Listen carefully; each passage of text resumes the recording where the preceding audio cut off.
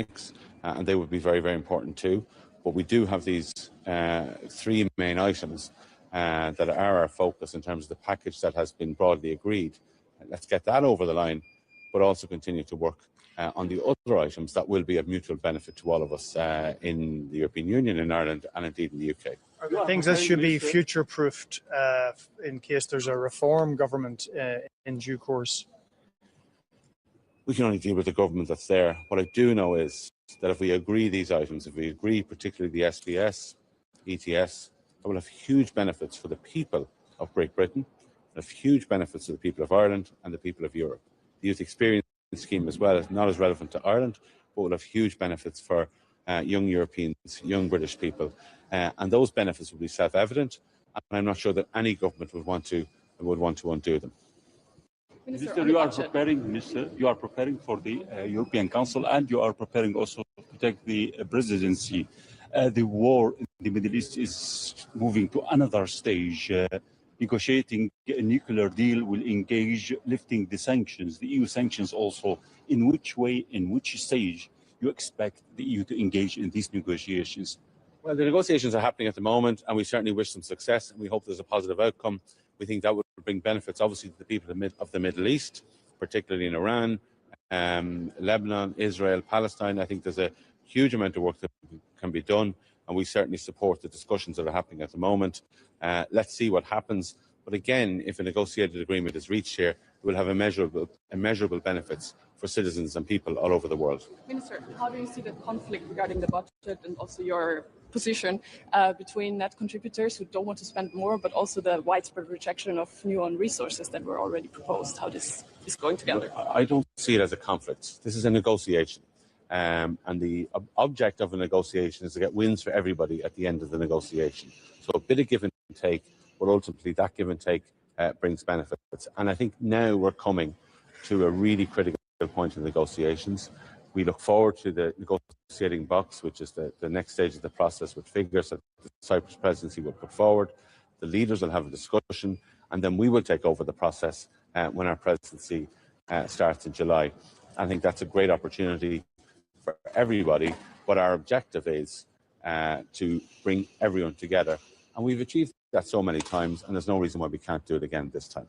There's also a discussion on Ukraine heading up to the Leaders' Summit. Is it a good idea to push for Ukraine as an associated member of the EU without the right to vote, but a member? Look, what Chancellor Merz has put forward is a very interesting proposal. Obviously, it has led to various views, including in Ukraine and in other member states as well.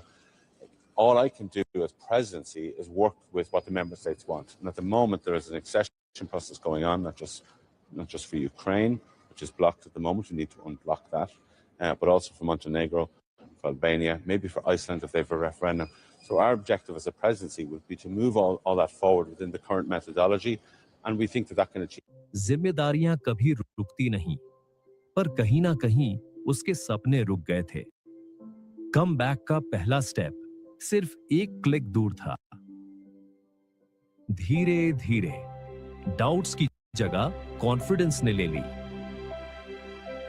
अभी उसकी आवाज meeting room में भी सुनाई देती है। Bennett online, career का second innings. Circumstances in which it's negotiated, and those circumstances are indeed very uncertain for the world economy, not just the agricultural economy, but particularly the agricultural economy.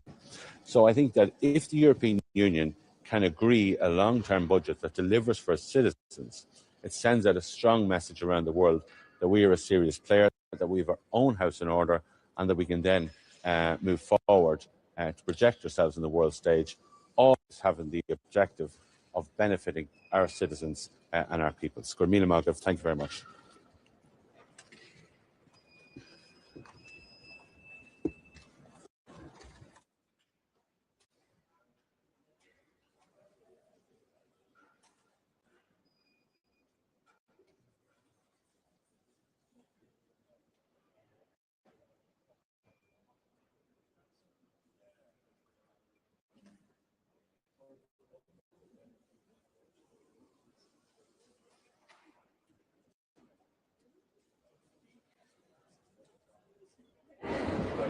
Good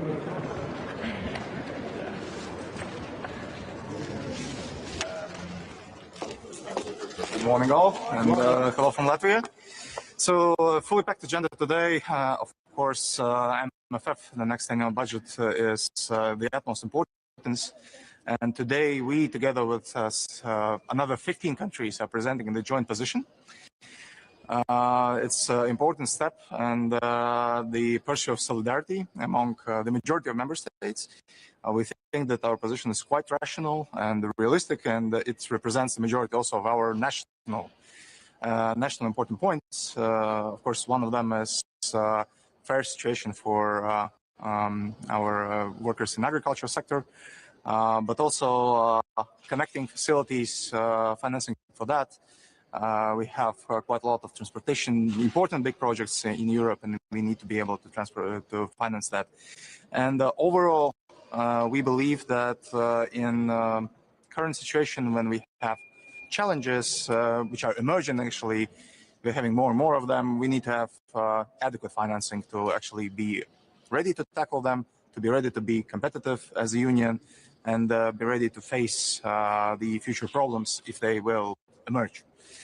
Another topic is important for us is a relationship with the United Kingdom. Latvia historically has been very close to UK, both politically and in defense industry, for example. And now it's also one of the countries who is supporting Ukraine the most, both militarily, economically, and helping Ukrainian people. So we share the same values, and we share the same history. And as close as we can be, we should be with the United Kingdom. And last but not least, the rule of law. Today we're discussing Latvia as well. Our progress, our recommendations. We will share the best practices. We have some things we can be proud of. For example, Latvia is top 3 in European Union in digitalization of justice system, which makes it easier and faster for the people. So these are the main things. And if you have questions, please. Regarding your position on the MFF, yes. What does it mean, adequate financing? So the 1.8 billion, they're enough? Well, adequate financing in our case, we believe should be at least the same as we have now, but probably more. Because like 7 years ago when we discussed the last budget, we didn't have COVID, we didn't have war in Ukraine, we didn't have Strait of Hormuz, we didn't have peak of oil prices. So these are new emerging crises. And if we as a union want to be competitive and if we want to tackle them, we need to have adequate resources for that. So we can't cut the resources at this moment. Of course, we need to be flexible. And in our case, what does that mean is that we are ready to talk about own resources, how to expand them, and how to maybe have more money out of them. But there should be good balance. And at the end of the day, we just can't be unfinanced if we want to be successful on the world stage. This is the time to be. You will pick one of the own resources that were already proposed? Well, I think we have quite a lot of leverages if we talk about taxation for gambling, for example, or for different substances like alcohol and tobacco. So these are one of the things that. The war in Iran really changed the discussion on MFF, for example, for agriculture, because they are now really under pressure? Well, it really added some angle to the discussion because, of course, more countries are now speaking about the security of food production. And we also believe in Latvia that this is definitely not the time when we can cut the resources for that.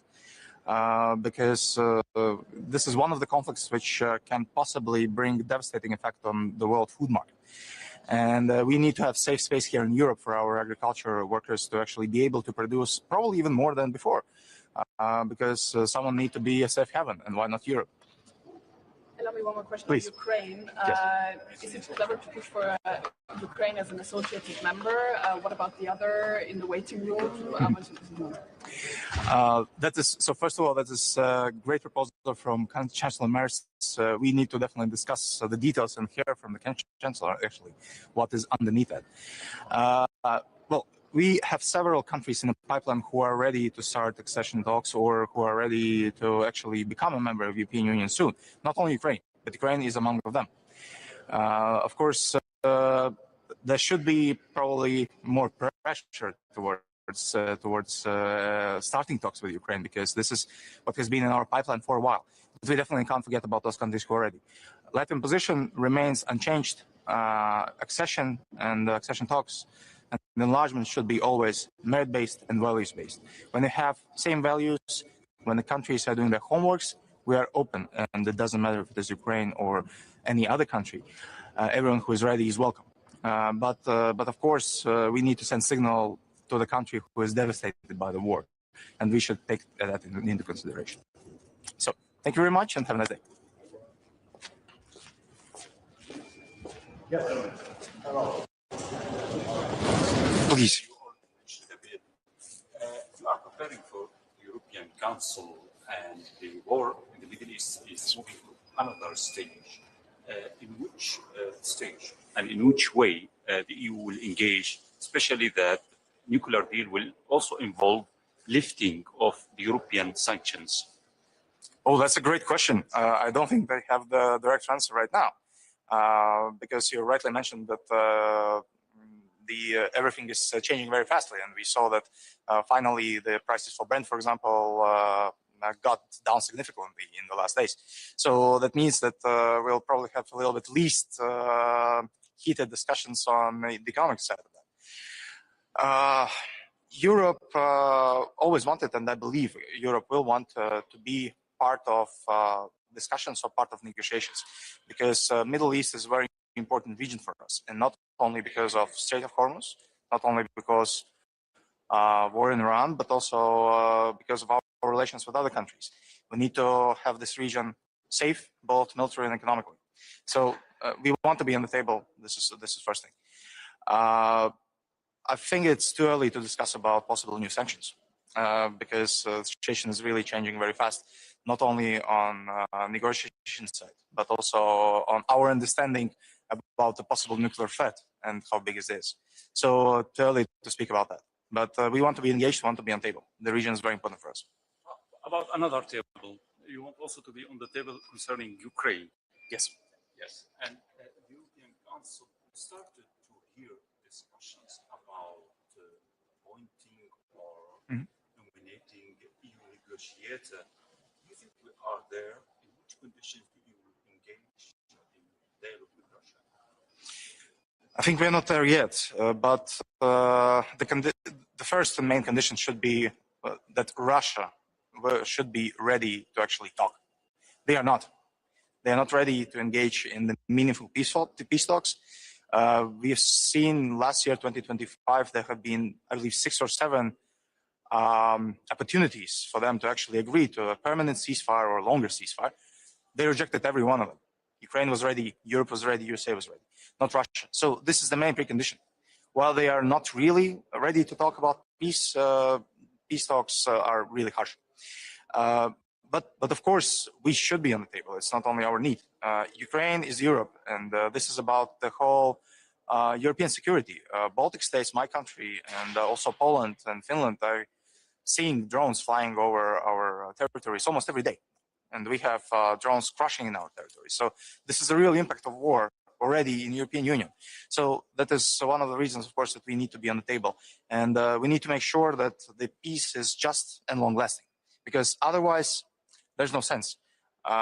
Unfortunately, we don't believe that Russia will change their big position and big picture. They want to be aggressor in our continent. And well, nobody knows when this position will change. We need to make sure that Russia is weak enough to not be able to do anything bad. But we need to be on the table. And this is prerequisite if you want to have a real peace. So, yes. About Ukraine, may I ask? Please. Russia just hit Ukraine with Zareshnik missile for the third time since 2024. Has it somehow changed your perspective on Russia-Ukraine war now? No, there's been no change because, well, Areshnik is a really great PR story in Putin's mind. It's not a great PR story in our mind, because we have saw several hits and many big communication about those hits, but nothing really is changing. And I think that Russia is proving that they are becoming weaker and weaker on the battlefield. Well, we see that they cannot really progress on the battlefield. They cannot even fulfill one of their targets. But Ukraine is becoming stronger and stronger, and I have zero indications that any Russian hits or any other hits will change that. So, what kind of pressure? I mean, what kind of sanctions can prevent such attacks? Well, sanctions work in long term. There are sometimes discussions that they are not effective, but they actually are. But they are not effective tomorrow, and in a week they are effective in the long term. And the main response is to cut all the economic ties with the West for Russia. So this should be the main point of the sanctions.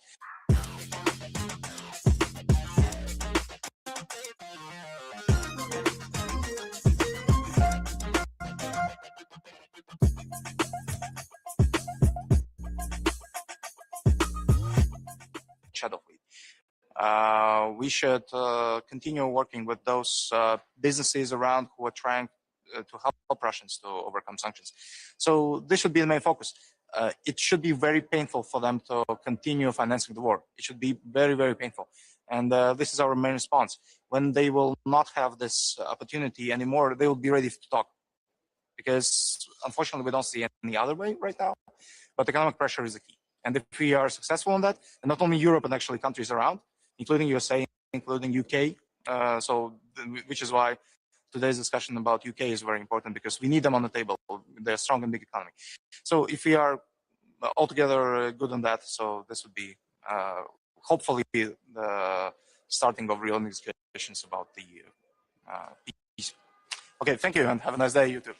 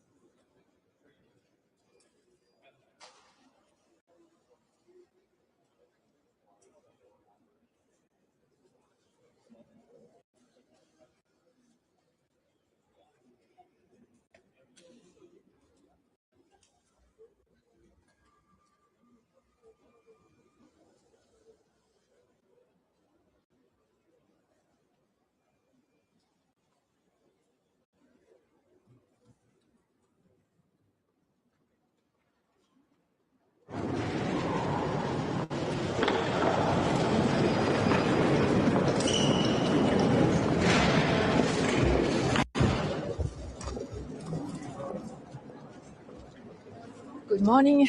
Today we are talking about the affordability and availability of fertilizers in EU.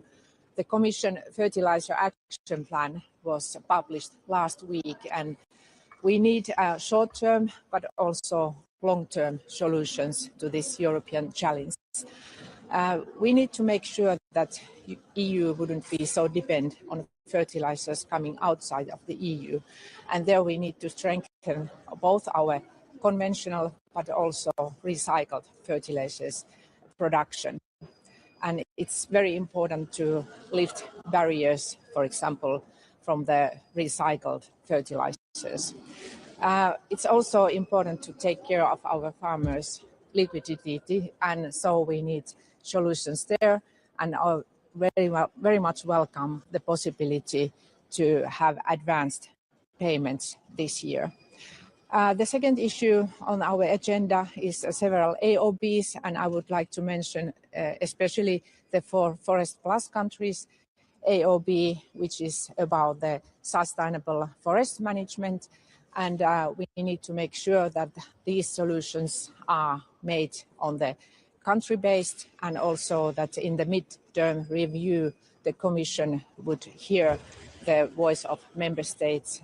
We would like to have these solutions made on the member state level and across member states level. And then we have also a Czech Republic AOB. It's about the fish-eating predators, and especially I would like to mention the great cormorants, which is causing a lot of problems in the Baltic Sea, for example. And especially when we are negotiating about the fishing quotas, these cormorants are eating a lot of fish, and so I hope that we would find solutions there. The best solution would be the annex removal in the bird directive, so that the great cormorants would be in the Annex 2 in the bird directive. So these are the issues on our agenda today. Thank you. Barriers for the recycling of fertilizers. What barriers are those, and is the Commission taking care of it in the plan, or is it not mentioned at all? Well, I hope so, because the one barrier is that manure is actually classified as a waste, and we should understand that it's very important ingredients so that we can make recycled fertilizers in the future. And this is actually issue which belongs to the ENVI DG, and I hope that we would have a good cooperation with ENVI in this and find solutions. So the classification of manure, it's not waste, it's valuable resource. Is this a real crisis for the agricultural sector in Europe? No? It's going to be very disturbing at the moment, because in some countries the availability of fertilizer is now crucial. In some countries it's more about the price of fertilizers, and so we need to find solutions soon. And I'm worried that this is not only a challenge in EU, but this might be globally kind of risk for some kind of food crisis, and so we need to find solutions very soon in this situation. At the end, it's the consumers who will pay the price for this crisis. What can be done to protect them? What should be done more than what is in the action plan of the Commission? We need to make sure that in the food supply chain, our farmers will be treated fairly, so that they will have their share in the profits in the food supply chain. And I really hope that we would have the UTP directive renewed very soon. Thank you. On the FAO, there are 3 European candidates fighting to be a European candidate. Do you have a favorite from the 3 Minister Planas, Phil Hogan and the Italian candidate? Most important is now to make such a process that the winner would be a European candidate, and this is actually what we are now talking in the Council meeting. And so I hope that in Europe we would understand that the common European candidate must be now the primary issue for all of us, and so that we would find a good candidate for EU. That's the most important at the moment. Of course, I'm sure that coming from the EPP-led country, you can guess that who would be the Finnish favorite. But at the moment, the most important is now to find a solution for this. Thank you. Thank you.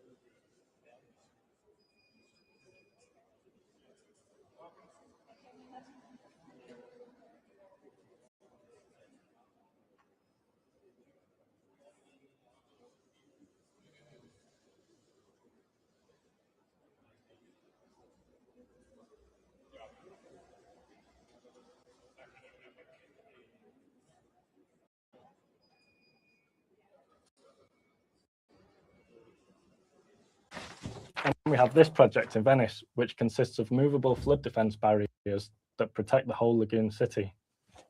Wow, but that's just like the coastal engineering side. What about the inlands? So climate change has a great effect inland too, with issues such as slope stability and landslides also coming into effect. That's really interesting because we actually recently learned about this in my geotechnics module, and there were a lot of math and equations involved, but it's a very important subject that cannot be missed.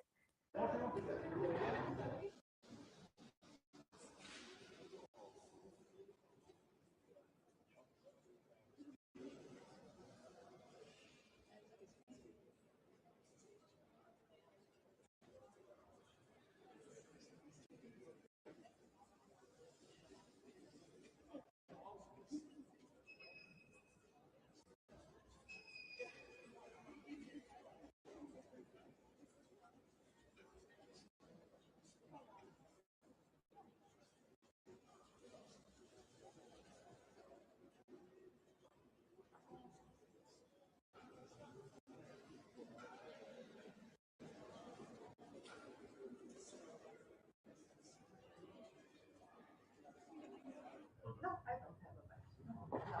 And I've never been asked for a badge for coming here as head of the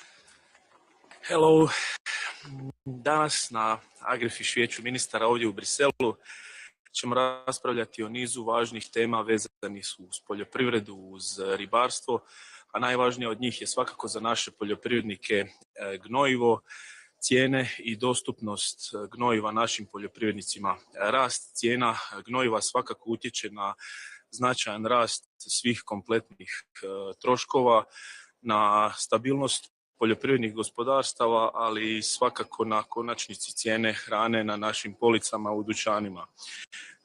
Komisija je u proteklom tjednu predstavila akcijski plan za gnojiva, akcijski plan koji će po prvi puta se sada raspravljati na ministarskoj razini, na Agrifish vijeću ministara. Hrvatska podržava jedan sveobuhvatni pristup, kriznu, interventnu, hitnu mjeru za sve naše poljoprivrednike, ali isto tako Hrvatska podržava jedan dugoročni okvir za rješavanje problema stabilizacije kompletnog tržišta i jedno dugoročno rješavanje stabilnosti poljoprivrednog sektora na razini Europske unije. Svi naši poljoprivrednici ne smiju biti prepušteni sami sebi kada se suočavaju s enormnim povećanjem troškova proizvodnje, s enormnim povećanjem cijena, a i globalnim poremećajem tržišta. Također Hrvatska podržava sva rješenja usmjerena prema održivom gospodarenju, prije svega kontroliranjem tržišta i svih troškova. Tu prije svega mislimo na učinkovito bolje gospodarenjem bioplinom, biometanom, biomasom i kao takva Hrvatska, možemo reći slobodno, prednjači. Strategiju biogospodarstva do 2030. godine smo donijeli na vladi, predstavit ćemo je uskoro, nadam se, i u Saboru, a ono što je jednako važno, hrvatski pravilnik o gnojidbenim proizvodima kao nacionalni pravilnik je spreman za donošenje i vjerujem da ćemo tu kroz jedan pravni okvir imati sveobuhvatna, konkretna, održiva rješenja kada je u pitanju biogospodarenje. Također, vrlo važne dvije teme za Hrvatsku su danas na dnevnom redu, a to su zapravo označavanje zemlje porijekla proizvoda. Hrvatska također i ovdje je, rekao bih, jedan korak ispred. Donijeli smo pravilnik o označavanju zemlje porijekla voća i povrća. Vidimo da su ga građani dobro prihvatili. Povratne informacije su odlične iz dva razloga. Građani moraju znati što kupuju kako bi kupovali prije svega za sebe zdravo, lokalno, provjereno, a s druge strane kako bi svjesno odabirali poduprijeti domaću proizvodnju. I druga važna tema se odnosi za naše ribare. Vrlo važna inicijativa Češke koju smo podržali, usmjerena prema održivom upravljanju kormoranima, populacijom velikih kormorana, iz razloga što oni svim našim ribarima i uzgajivačima rade na terenu poprilične i velike štete. Očekujemo konkretna rješenja na razini Europske unije kako bi populacija kormorana radila što manje štete. Evo toliko. Hvala.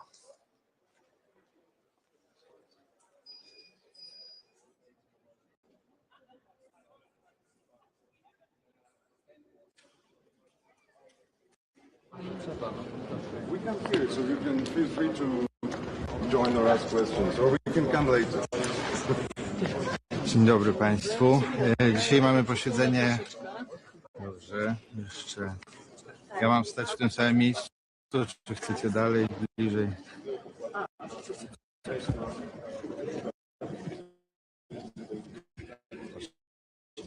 Więc dzień dobry Państwu jeszcze raz. Mamy dzisiaj posiedzenie Rady do Spraw Ogólnych. Jednym z tematów, o którym będziemy dzisiaj dyskutować, są wieloletnie ramy finansowe, czyli unijny budżet na kolejne 7 lat. I bardzo się cieszę, że w gronie Koalicji Przyjaciół Polityki Spójności, to jest takie grono, które Polska zainicjowała, byliśmy w stanie osiągnąć porozumienie co do wspólnego oświadczenia o przyszłości unijnego budżetu. Aż 16 państw podpisało się pod oświadczeniem, które wzywa między innymi do tego, żeby miejsce polityki spójności, miejsce wspólnej polityki rolnej w unijnym budżecie było znaczące. To jest oczywiście bardzo dobry sygnał jedności ze strony tych państw, ale to też jest dobry sygnał dla nas, dla Polski w trakcie tych negocjacji budżetowych. I dzisiaj na tym chciałbym się skupić, na tym, że prawie 2/3 unijnych państw przedstawia wizję unijnego budżetu dla całej Europy. To nie jest wizja budżetu tylko i wyłącznie dla tych państw, które korzystają ze wspólnej polityki rolnej czy z polityki spójności. W tej deklaracji mówimy też o Europejskim Funduszu Konkurencyjności, jak on powinien wyglądać, mówimy o zasobach własnych unijnego budżetu, czy o pomysłach na wspólne pożyczanie pieniędzy. Więc przedstawiamy propozycję, która uważamy, że jest korzystna dla wszystkich obywateli i obywatelek Europy. To jest najważniejsza kwestia z punktu widzenia dzisiejszego posiedzenia. Będziemy się dzisiaj też zajmować przygotowaniem posiedzenia Rady Europejskiej, gdzie też o tym wieloletnim budżecie unijnym będziemy rozmawiać. Poza tym mam nadzieję ciekawa dyskusja o przyszłości relacji między Unią a Zjednoczonym Królestwem. I może na tym zakończę. Czy jakieś pytania? Czy dzisiaj możemy się spodziewać takiego pierwszego starcia płatników netto i grupy przyjaciół spójności? No to starcie jest takie tlące się, to są po prostu negocjacje, to w jakimś sensie nic nowego. Myślę, że dzisiaj w bardzo wyraźny sposób znacząca grupa państw potwierdziła swoje przywiązanie do takiego, a nie innego kształtu budżetu i najpewniej wywoła to reakcję. Natomiast będąc po stronie płatników netto, byłbym dzisiaj zaskoczony, że tak dużo państw zgodziło się na podpisanie tego wspólnego oświadczenia. Pamiętamy, że należy zwiększyć pulę pieniędzy na politykę spójności i rolnictwo. Skoro zwiększyć te polityki, budżet na te polityki, to skąd zabrać? No, to jest dyskusja, która jest przed nami.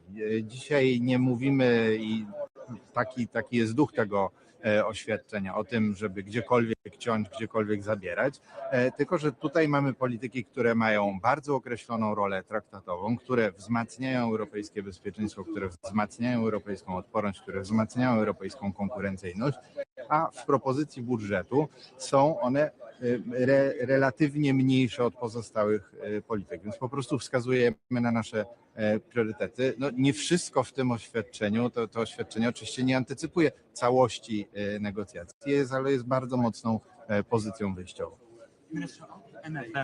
Is it looking less and less likely that there be a general agreement at council level by the end of the year? Well, we're among the member states hoping for an agreement this year, but I don't think that's the most important issue right now. The quality of the agreement is. So we're hoping for the agreement so that we have enough time for the programming, which is especially important for policies such as the cohesion policy. But the key aspect here is quality. Minister, how do you assess Germany's Council proposal for giving associated membership for Ukraine in EU without voting right? Well, our approach remains the same. Our approach is a merit-based enlargement process. So we focus on what we have already established as enlargement mechanisms. This needs to be a merit-based approach, and we stand where we stood before. It's in EU's and in Poland's geostrategic interest to see Ukraine in the club. Are you in favor of opening all the clusters for Ukraine or only the first one, which is fundamentals? Right now, we are talking about opening the first cluster, but if we come to a discussion about opening the next chapters, the next clusters, I don't think, I'm quite sure we'll not be opposing. Panie ministrze, jeśli można po polsku, bo ta propozycja kanclerza Merza wywołała dosyć mieszane reakcje w unijnych stolicach. Zadowolona chyba najbardziej to jest tylko Komisja Europejska. Jakby pan skomentował? Polska cały czas uważa, że powinniśmy korzystać z mechanizmów, które już istnieją, jeżeli chodzi o politykę rozszerzenia. Jesteśmy przywiązani do procesu tak zwanego opartego na meritum, opartego na zasługach. To jest model, który jest sprawdzony, który już funkcjonuje i który docelowo po spełnieniu wszystkich warunków, po wynegocjowaniu odpowiednich okresów przejściowych ma doprowadzić do pełnego członkostwa. I tutaj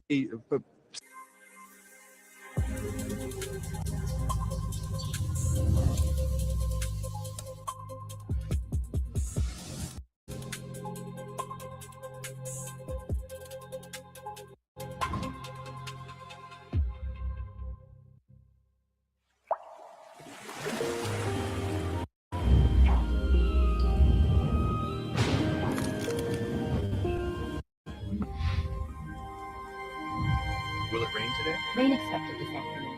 Don't forget your umbrella.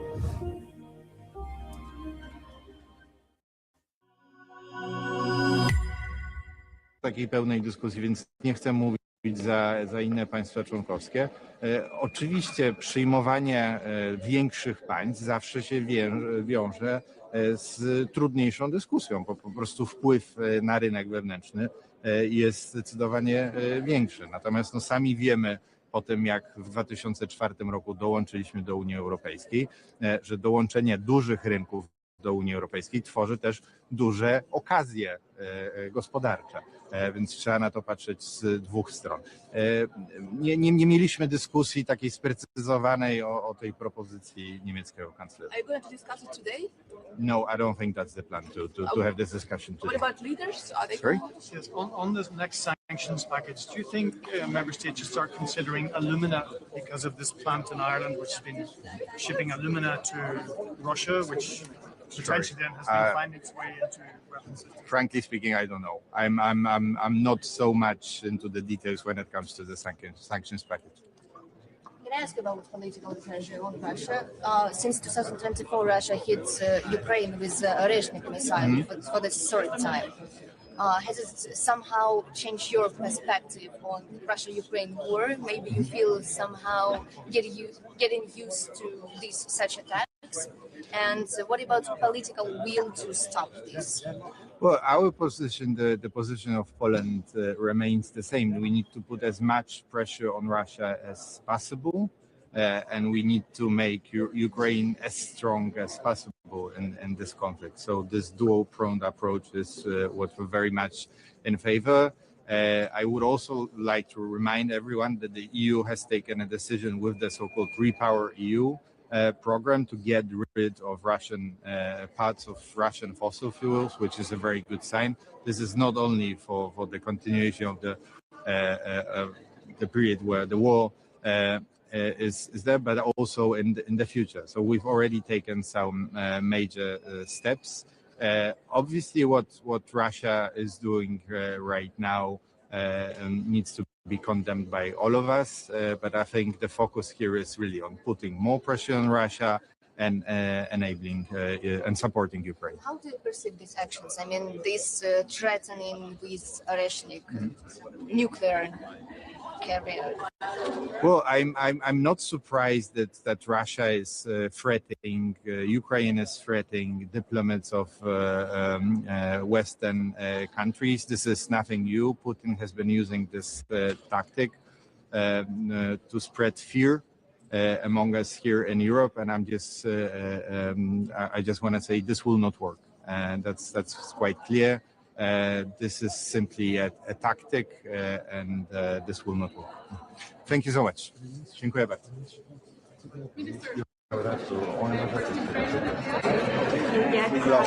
A question on Ukraine and the accession. Do you support Matt's suggestion to make Ukraine an associated member? Our focus, and that's been the Polish position for quite some time, is on the so-called merit-based process. So we already have a process in place that has worked in the past, and we want to focus on that. This is the way to go. I'm not saying we shouldn't have discussions about other possibilities, other mechanisms, but the end goal needs to be the same, and this is our offer to all candidate countries. Russian threats are also reaching European personnel on ground in Kiev. So, like, what does it mean? No, this is absolutely outrageous, but this is in a way nothing new. Putin has used this tactic to spread fear here in Europe, and we should not give in to that. That's quite clear. This tactic will not work. regarding the next MFF now. So on the next MFF, I'm very happy that we did have a declaration of 16, and that's quite a large number of so-called friends of cohesion. So 2/3 of EU member states have presented an idea of how the EU budget should look like for the whole Europe, how we can tackle the challenges of the future. So I think we are in a very strong position. EU was always agriculture was always a main issue. It's now under pressure in the new MFF. The budgets will be reduced. At the same time, agricultural sector is under pressure because of the war. Does that alter the discussion on the MFF? Well, so this is one of the points that we're making in our declaration, that we need sufficient funding for so-called treaty-based policies. So be it cohesion policy, but also common agricultural policy. So yes, we do need enough money, and as some would say, the common agricultural policy ensures that we have food security, which, given the whole geopolitical context, is very important. Thank you so much. 1.8 billion is enough for this. Thank you. Bye-bye. Thank you. Minister, just a quick question, Minister. Thank you.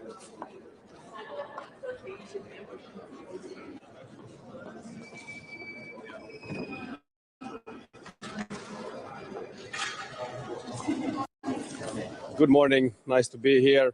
First, on Ukraine, we need to keep supporting Ukraine strongly. We need to put more pressure on Russia. We also need to make sure that we are able to open all the negotiation clusters with both Ukraine and Moldova when it comes to the enlargement. On MFF, we need to make sure that we have the right priorities, and we think that it's good that we now focus on competitiveness, we focus on defense, we focus on innovation policy, industrial policy, research, development. Finland, although thinks that the overall level is too high, we need to be able to prioritize, and we also need to be able to have a more modernized structure. Then also, I would like to say that we need to do what we can to make sure that we can get the humanitarian aid to the people of Gaza. International law needs to be respected by everyone under all circumstances. Thank you. Clusters for Ukraine. Do you support Matt's suggestion to make Ukraine an associated member? Finland is open to different types of solutions when it comes to having Ukraine as part of the European family. What needs to be done in order to achieve that? Well, let's see. I think that we should be able to open now all the clusters as soon as possible. I believe that the future of Ukraine is within the European Union, and we just need to go forward and hopefully now also with the elections in Hungary, etc. I hope that we will be able to go forward. Minister, how do you assess Germany's Chancellor proposal to give associated membership for Ukraine in EU without voting right, etc.? I think Finland is open to different types of solutions when it comes to the membership path of Ukraine. Without going into further details, we are open to these types of discussions. You're talking about the next MFF regarding that you're a part of the group of net contributors. What does it mean? How can you not spend more in the budget, but at the same time, raise the ceiling?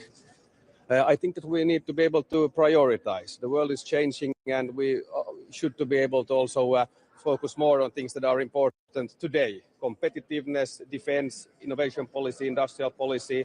At the same time, we see that cohesion, for instance, has progressed in many countries. It's been a very good tool, but we need to be able to, we have tight national budgets as well back home. So we need to be able to also prioritize on the European level and focus very much on questions like fighting corruption, rule of law, conditionality. I need to be able to explain to my taxpayers also in Finland that the monies are going to for the right causes and that they are also used as they should be without any type of corruption, etc. Worries about the budget for agriculture in the next MFF. now agriculture is under pressure because of the war. Does that change the discussion on this issue? When it comes to agriculture, it's first of all, it's important for Finland. Agriculture is also very important for us, and you need to be able to be a farmer that produces food also in the more northern parts of Europe. That is also a question of security of supply, a question of security. So agriculture is important for Finland, yes, but we also need to look at the whole spending in Europe and make sure that the monies are used, especially for those who are producing food. Thanks.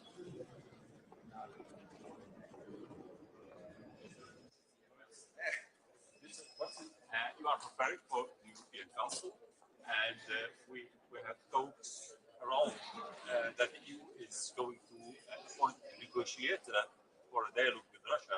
Do you think it's the time for that, and who's going to be your choice? It's not up to me, but of course, at some point, we need to be able to talk to Russia, and it should be done in a coordinated way amongst our friends in Europe, but no more comments on that. Thanks.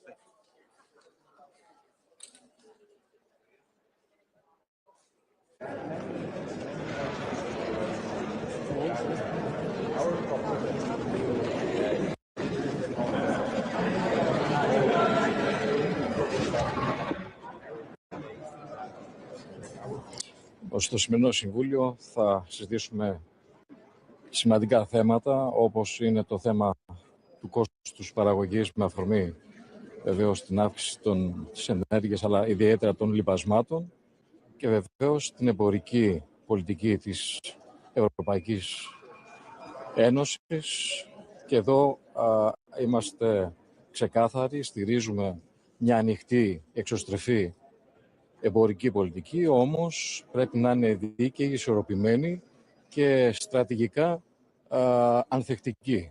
Και εδώ πρέπει να προστατεύονται και οι Ευρωπαίοι αγρότες, η παραγωγή, γιατί τηρούν και λειτουργούν με υψηλούς κανόνες παραγωγής όσον αφορά την ασφάλεια των τροφίμων και δεν πρέπει να αντιμετωπίζουν αθέμητο ανταγωνισμό από προϊόντα.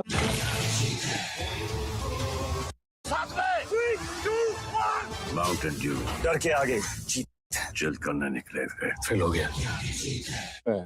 Σε τρία επίπεδα είναι η θέση μας: στη στήριξη, την άμεση στήριξη των παραγωγών, γιατί πραγματικά το κόστος παραγωγής με αφορμή την εκτείναξη των τιμών των λιπασμάτων είναι μεγάλο, και βεβαίως να δούμε ρεαλιστικά τη μετάβαση σε άλλες προδιαγραφές, σε άλλες διαδικασίες. Όμως σε καμία περίπτωση δεν πρέπει να φορτώνονται οι αγρότες, η παραγωγή μας, η ευρωπαίοι παραγωγή, με νέα βάρη.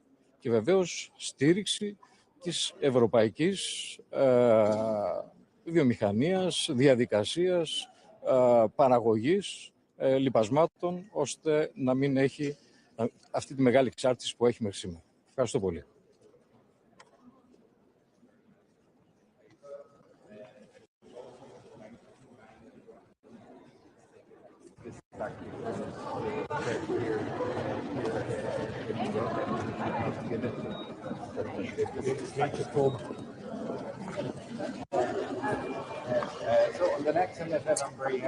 Good morning.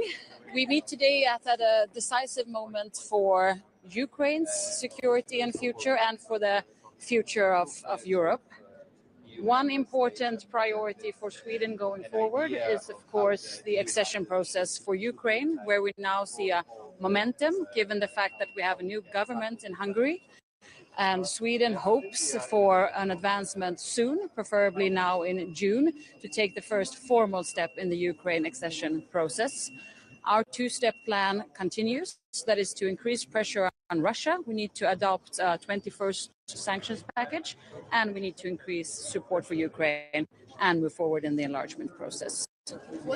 Another important topic is the multi-annual financial framework. The position of Sweden is clear. We need a better budget, not a bigger budget. That is why I hosted a meeting this morning with like-minded countries, and we agree on many aspects aspects of the budget, one being the need for modernization in the budget and for a stronger rule of law conditionality, and that there is limited room for increased contributions from us as member states. So all in all, many important aspects today that will be discussed and important for the future of Europe. What's your opinion about the letter by Chancellor Merz to the leaders about the so-called associated membership for Ukraine?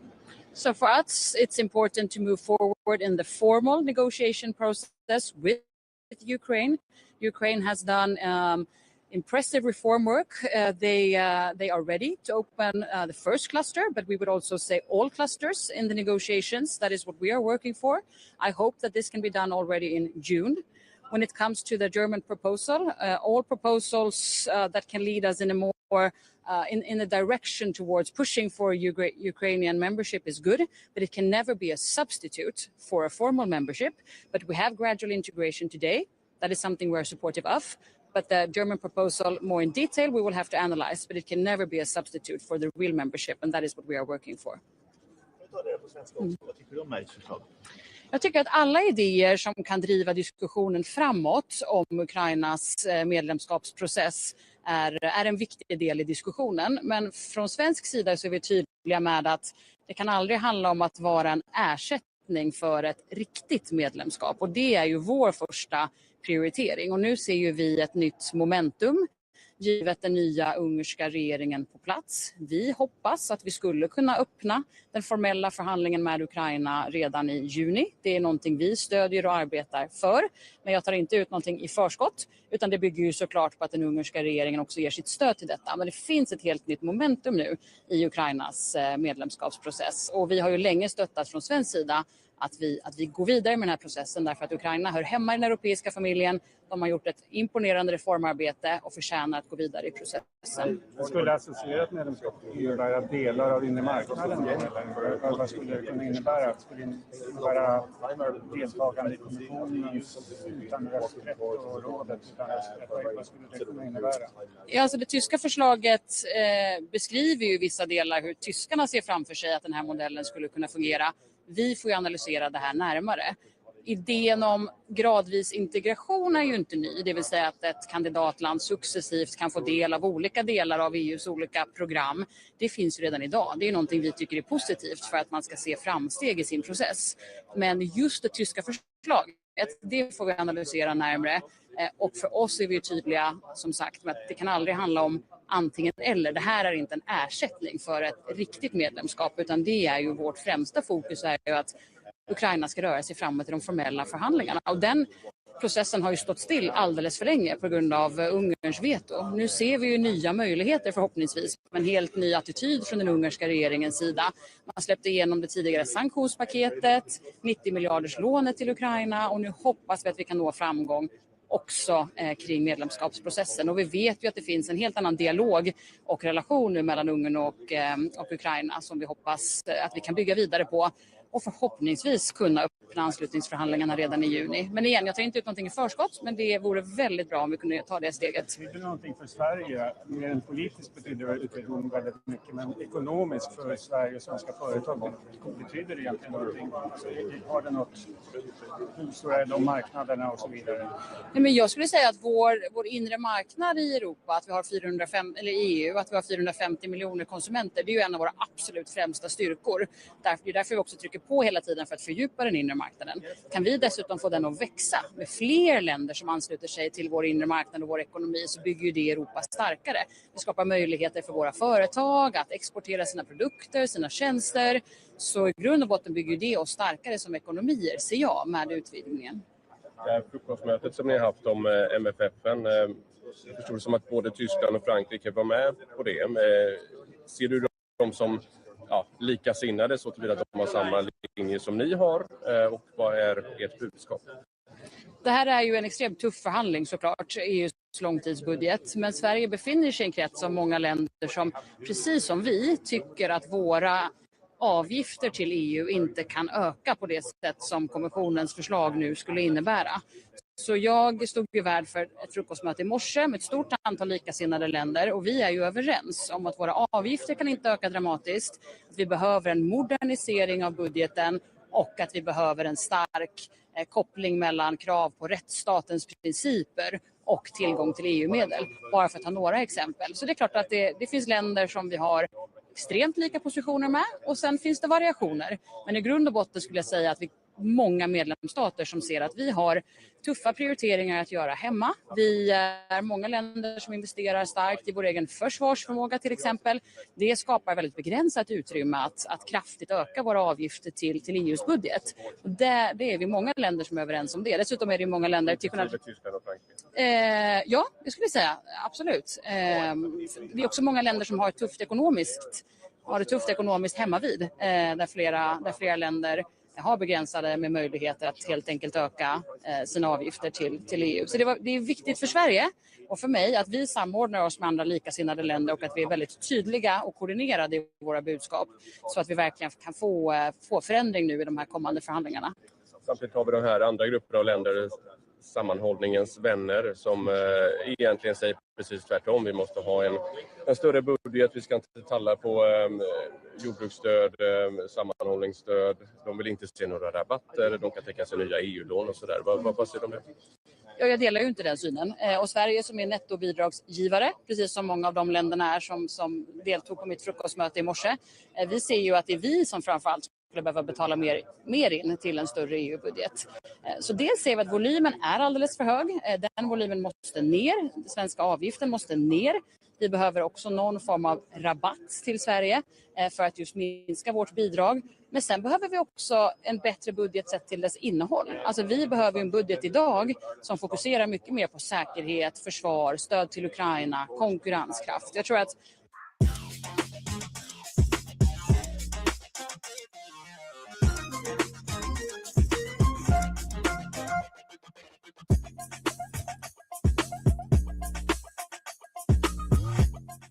inte bara kan dra iväg i volym utan att den måste minska.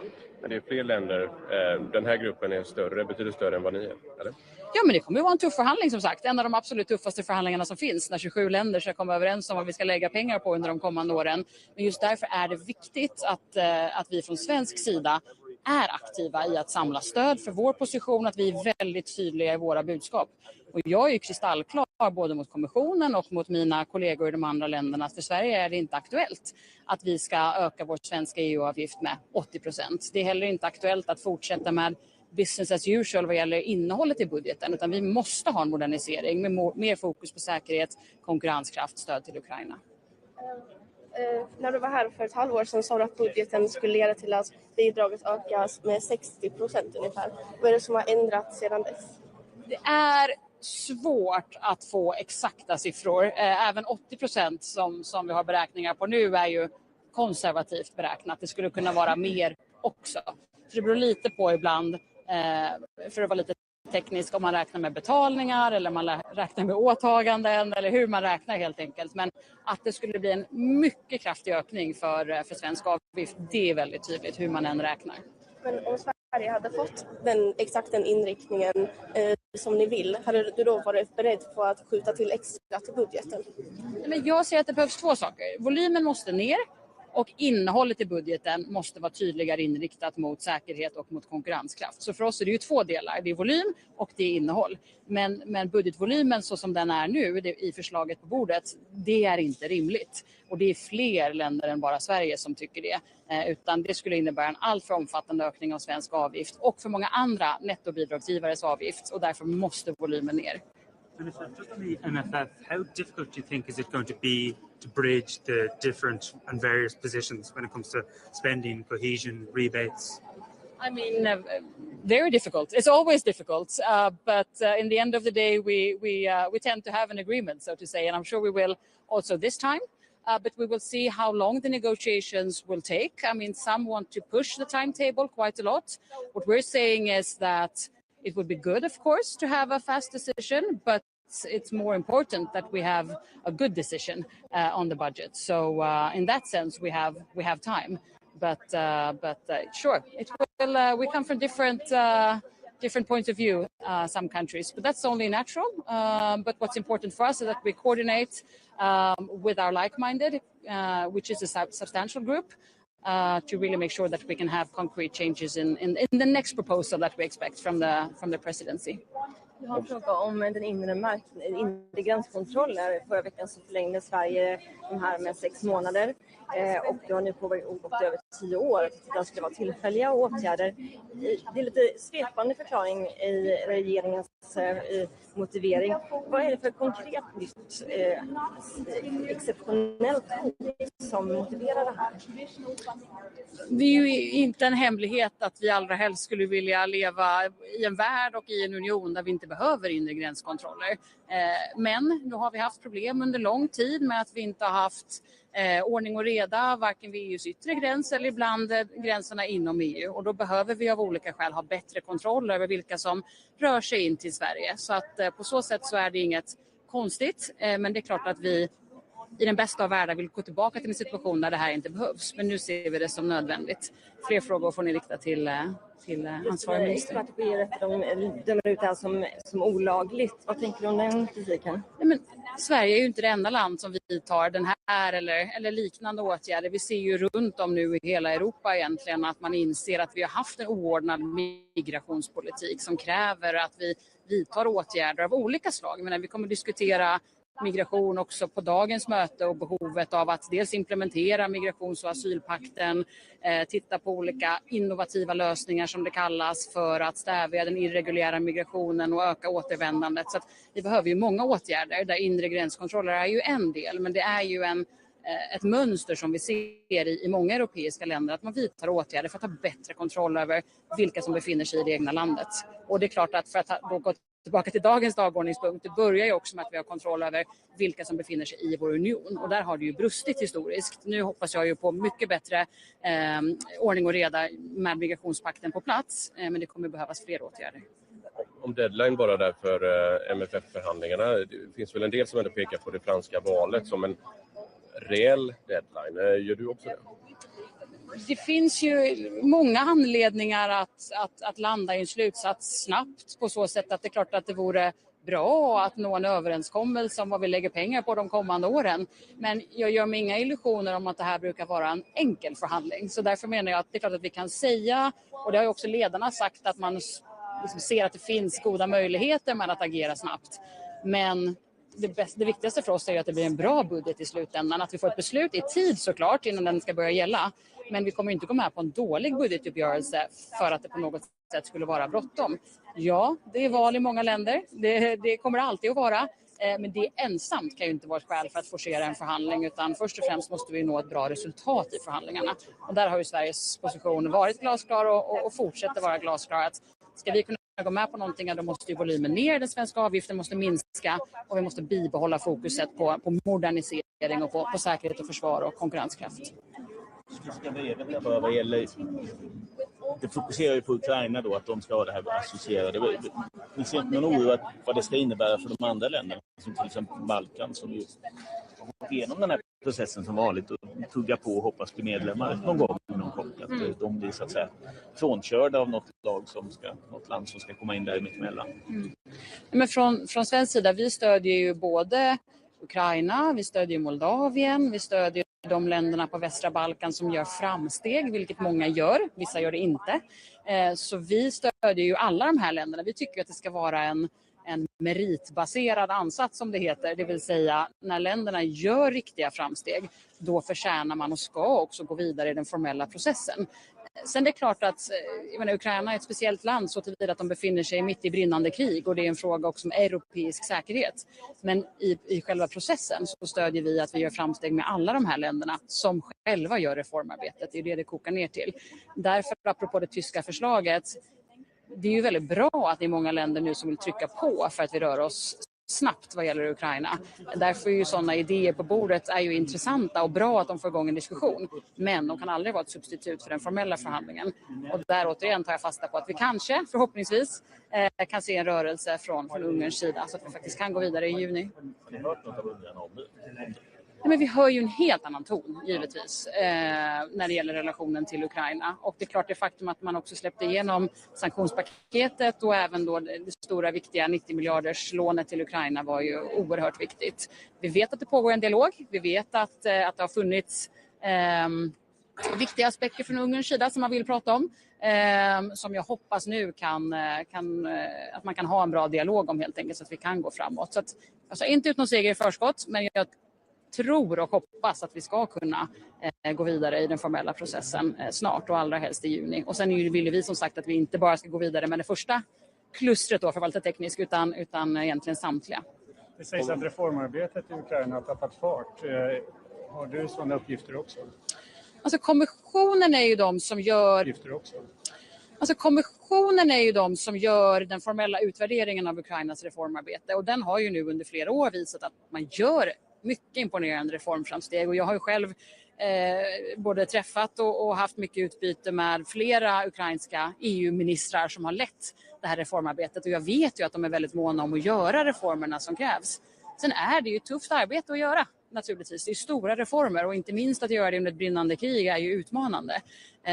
Vår uppgift är ju att fortsätta stödja dem men också sätta tryck på att reformer måste vidtas. Så jag brukar säga till Ukraina och andra kandidatländer att vi är er främsta vän i anslutningsprocessen. Vi är också er främsta kritiker så tillvida att vi ställer krav på att ni också gör reformerna för det finns inga shortcuts. Vi stödjer ju också Ukraina väldigt konkret i deras reformarbete i flera av de här kapitlerna som man nu behöver göra förändringar i sin lagstiftning kring. Så att det har gjorts mycket arbete, det kan säkert gå upp och ner. Vi behöver fortsätta hålla trycket uppe helt enkelt på att reformerna ska vidtas. Men om man börjar prata om årtal, slår de av på takten då? Med reformen tror jag att de kommer in ändå. Om man börjar säga att börjar prata årtal så behövs inte samma reformarbete. Ja, men Sverige har alltid varit mycket varsamma med att utlova specifika målår därför att det just handlar om hur snabbt reformarbetet går på hemmaplan i de olika länderna inklusive Ukraina. Sen säger vi alltid att om länder har en ambitiös tidsplan så stödjer vi ju deras ambition om att ha en snabb tidsplan. Men sen så kokar det ju ner till huruvida de verkligen gör reformerna som krävs. De här samtalen som pågår med Ungern, Peter Modjor ska väl hit till Bryssel senare i veckan och då handlar det om att de vill få loss de frysta medlen för Ungern men man väntar sig också prata om Ukraina och medlemskap när man träffas här. Alltså du ser inte någon risk i att man åtminstone utåt får bilden av att de här sakerna hör ihop, det vill säga vi ger Ungern pengar och sen så säger de ja till Ukraina. Men det är ju två viktiga processer som var och en är viktig. Dels är det ju såklart viktigt att sätta tryck på Ungern, att vidta det reformarbete som jag tror att man vill vidta i och för sig. Men att också sätta tryck på att det är de förväntningarna vi har för att man ska kunna ta del av de medel som nu är frysta. Alltså Sverige har ju varit en av de mest starka påhejarna för att frysa medel till Ungern för att man inte har levt upp till rättsstatens principer. Så att det är bra att en sån dialog förs. Det är bra att Ungern redovisar vilket arbete man tänker vidta på rättsstatsområdet. Vi kommer också få en dragning idag under övriga frågor från hur man på Ungerns sida tänker sig arbetet framåt. Så det är en viktig process. Men den ska inte blandas ihop såklart med den processen om Ukrainas medlemskapsansökan utan den ska ju oberoende av vad som sker med de ungerska medlen så ska ju den gå framåt därför att Ukraina har meriterna, Ukraina har gjort jobbet. Att Ungern har blockerat den här processen under så lång tid är ju direkt anstötligt. Men nu hör vi en helt annan ton. Men du ser inte en risk då att de här frågorna faktiskt blandas ihop? För det är väl så var det ju förra gången när Orbán fick loss 10 miljarder euro precis före ett toppmöte och sen på toppmötet så sa han ja då till att ge stöd till Ukraina. Jag förutsätter att kommissionen som ju gör bedömningen om att avfrysa en del medel i så fall gör det utifrån en korrekt bedömning om att Ungern vidtar de reformer som krävs. Vi har också lärt oss lite från det polska exemplet tidigare att det inte alltid är så himla enkelt även om man vill från regeringens sida i det berörda landet. Så att jag förväntar mig att kommissionen gör en gedigen bedömning utifrån vad Ungern faktiskt vidtar för åtgärder. Tack. Stort tack!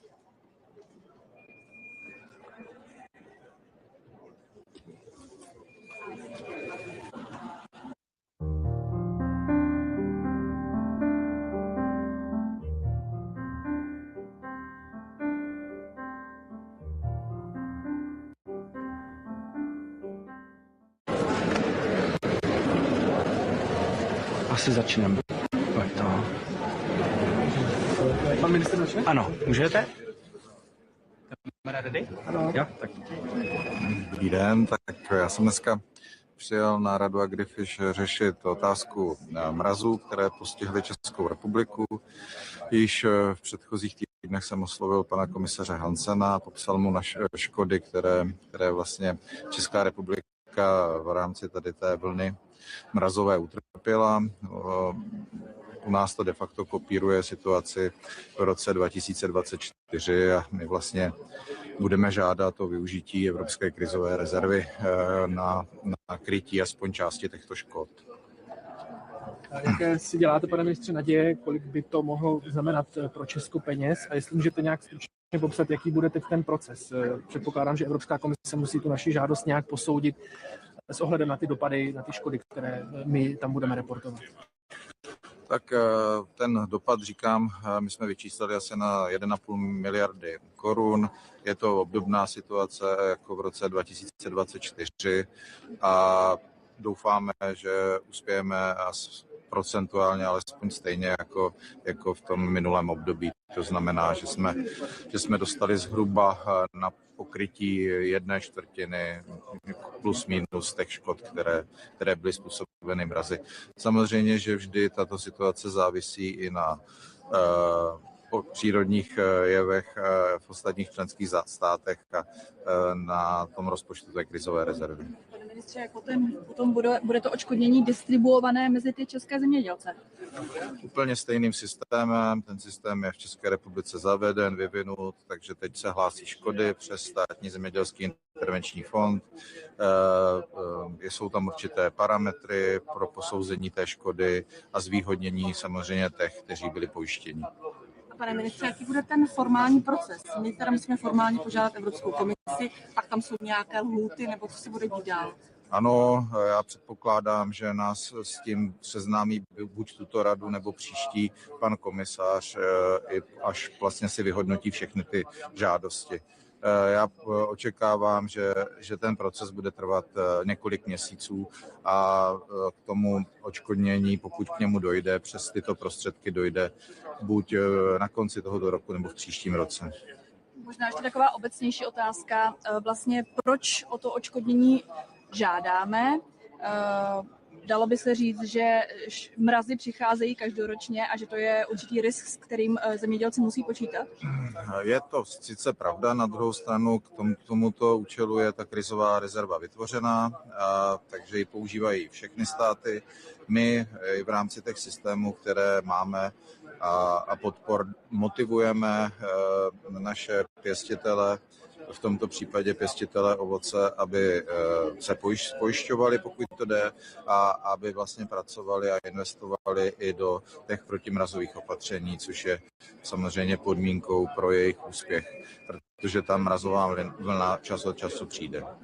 A tam se to tady nejvíc týká ovoce a konkrétně jakých produktů?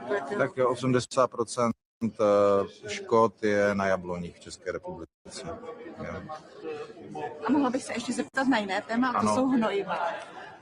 V současné době konflikt v Hormuzském průlivu, hodně se hovoří o tom, že tam tudy vlastně se dostávají ven do Evropy, do Asie i hnojiva. Jak moc velký to má dopad na Českou republiku, na české zemědělce? Tak my ty dopady se do evropského zemědělství a českého zemědělství teprve promítnou. Já jsem velice rád, že komise představila ten rámec, jak řešit otázku hnojiv v evropském zemědělství akčním plánem, který byl zveřejněn 19.5. My se k tomu samozřejmě dneska dostaneme, budeme to projednávat. Já opravdu vítám tu podporu, která je tam směřována na tu prvovýrobu. Na druhou stranu byl bych rád, aby ten plán byl využit a byl spravován nějakým centrálním řešením evropským, aby nedošlo k soutěži vlastně národních rozpočtů, aby jsme se jednotlivé státy nepřetlačovali, kolik vlastně na, dejme tomu, tu tunu průmyslového hnojiva budeme našim zemědělcům vlastně kompenzovat. Ten plán také obsahuje vlastně část, která slouží nebo je ve prospěch podpory evropských producentů hnojiv, a to si myslím, že i z pohledu dlouhodobé udržitelnosti je pro Evropu důležité. Jinak já bych ještě rád informoval o tom, že na radě budeme dneska řešit i otázku rybožravých predátorů v druhé polovině jednání. My tam vlastně Česká republika ve spolupráci s dalšími státy budeme upozorňovat na tu problematiku kormorána i s návrhem plošného řešení v rámci Evropy. Takže to je vlastně takový druhý hlavní bod pro mě v dnešním jednání z pohledu České republiky, a další jsou ty hnojiva, to už jste se mě na to ptala.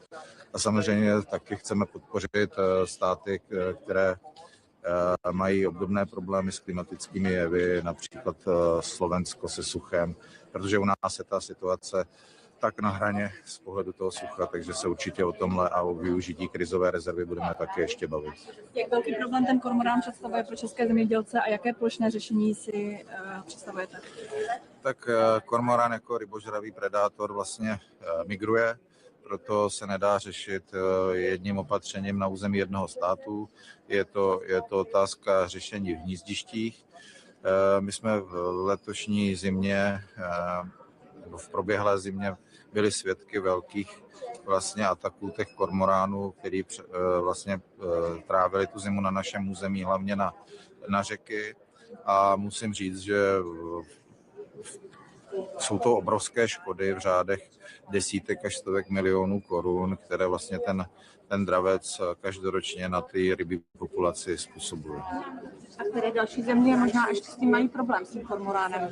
Já si myslím, že že nás podpoří řada zemí v tomto, od severských zemí po Baltí až vlastně po ty země v našem pásmu, kde se ten kormorán vyskytuje. A kolegyně se ptala ještě na to řešení, tak jaké bychom si představili řešení, nebo co s tím dělat? Je jako v debatě určitá redukce těch populací v hnízdištích. Děkujeme. Ty státy máte když tak v tom paperu, co jsem posílal. Rozumím se.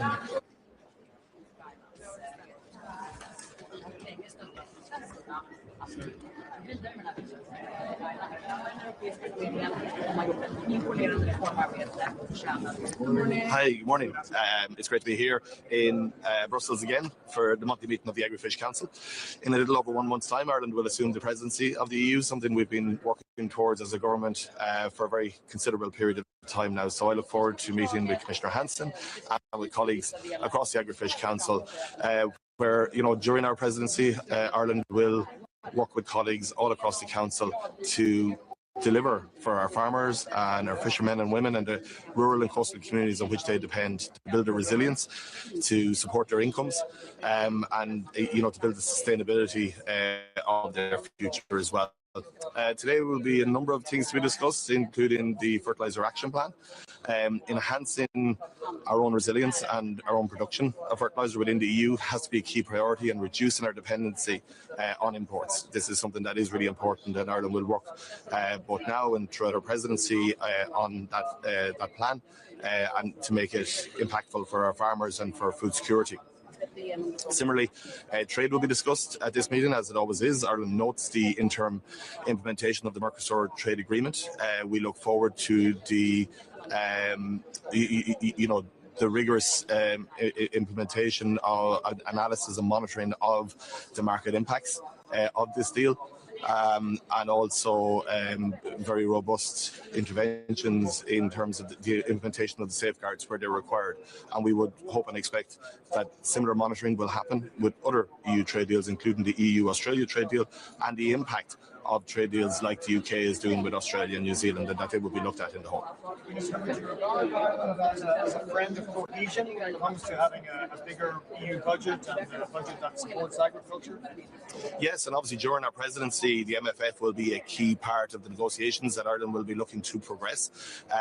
And from the perspective of the overall CAP budget, I'm acutely aware of the importance that many member states are putting on the area of defence, and I would say at the heart of the common agricultural policy is food security, and it should be discussed in that context of defence and beyond.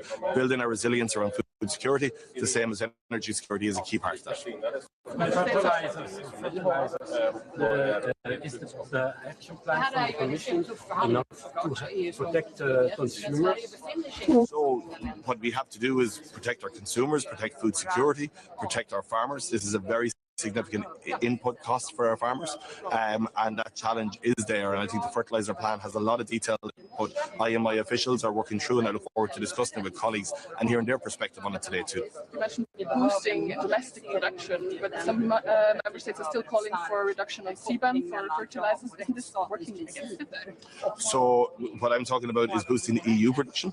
I think this is a vulnerability that we all recognise in the EU, our dependency on imports of a key input for food production coming from the outside of the EU. So not so much domestically as Europe-wide. I think we need to look at that. And we also need to invest more in the area of research in terms of how we support use of alternatives and incorporate them into our food production systems as well.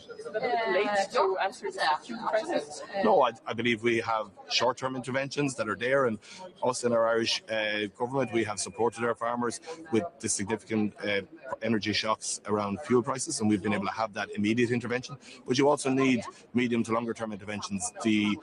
Whenever the conflict in the Middle East ends, there will be a fallout from that will continue for some period of time. So it is right that you take this opportunity and this shock to also look at more medium and longer term solutions as well, and do them in tandem. Should this be a wake up to decarbonize industry? I think we can never be complacent around food security. And food security is at the heart of a strong defence policy. And I will always make that point, and it will be a key part of our approach to the presidency, that we see the funding of CAP, we see the support of our farmers and our fishermen and fisherwomen. That is an integral part of supporting food security, and we can never be complacent about that. Minister, are we getting closer to getting a single agreed EU candidate for the FAO position? And will that be discussed today? I don't believe it's on the agenda today, but Ireland strongly supports the agreed approach that we had on our working lunch in February of the Agri-Fish Council, where all member states agreed that a single candidate was our best opportunity for Europe to secure the position of the Director General of the FAO, something that no European has held for over 50 years. It is something we have a big ambition for in Europe, and Ireland supports the selection of an individual candidate. If there's a deadline looming for that, it doesn't look like either Italy or Spain are prepared to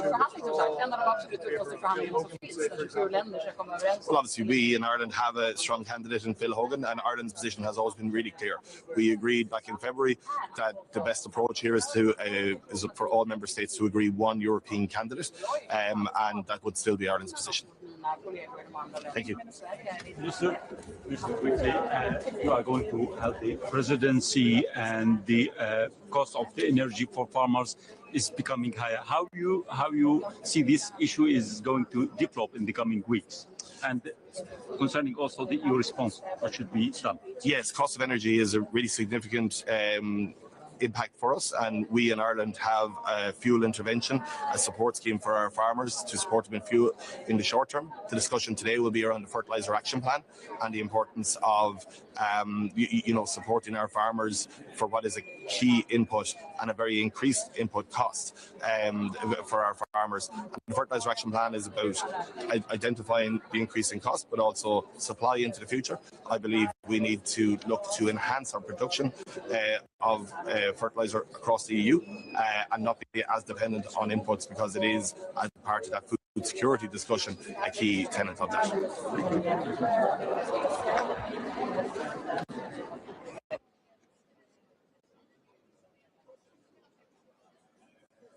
During our presidency, Ireland will work with colleagues all across the deliver.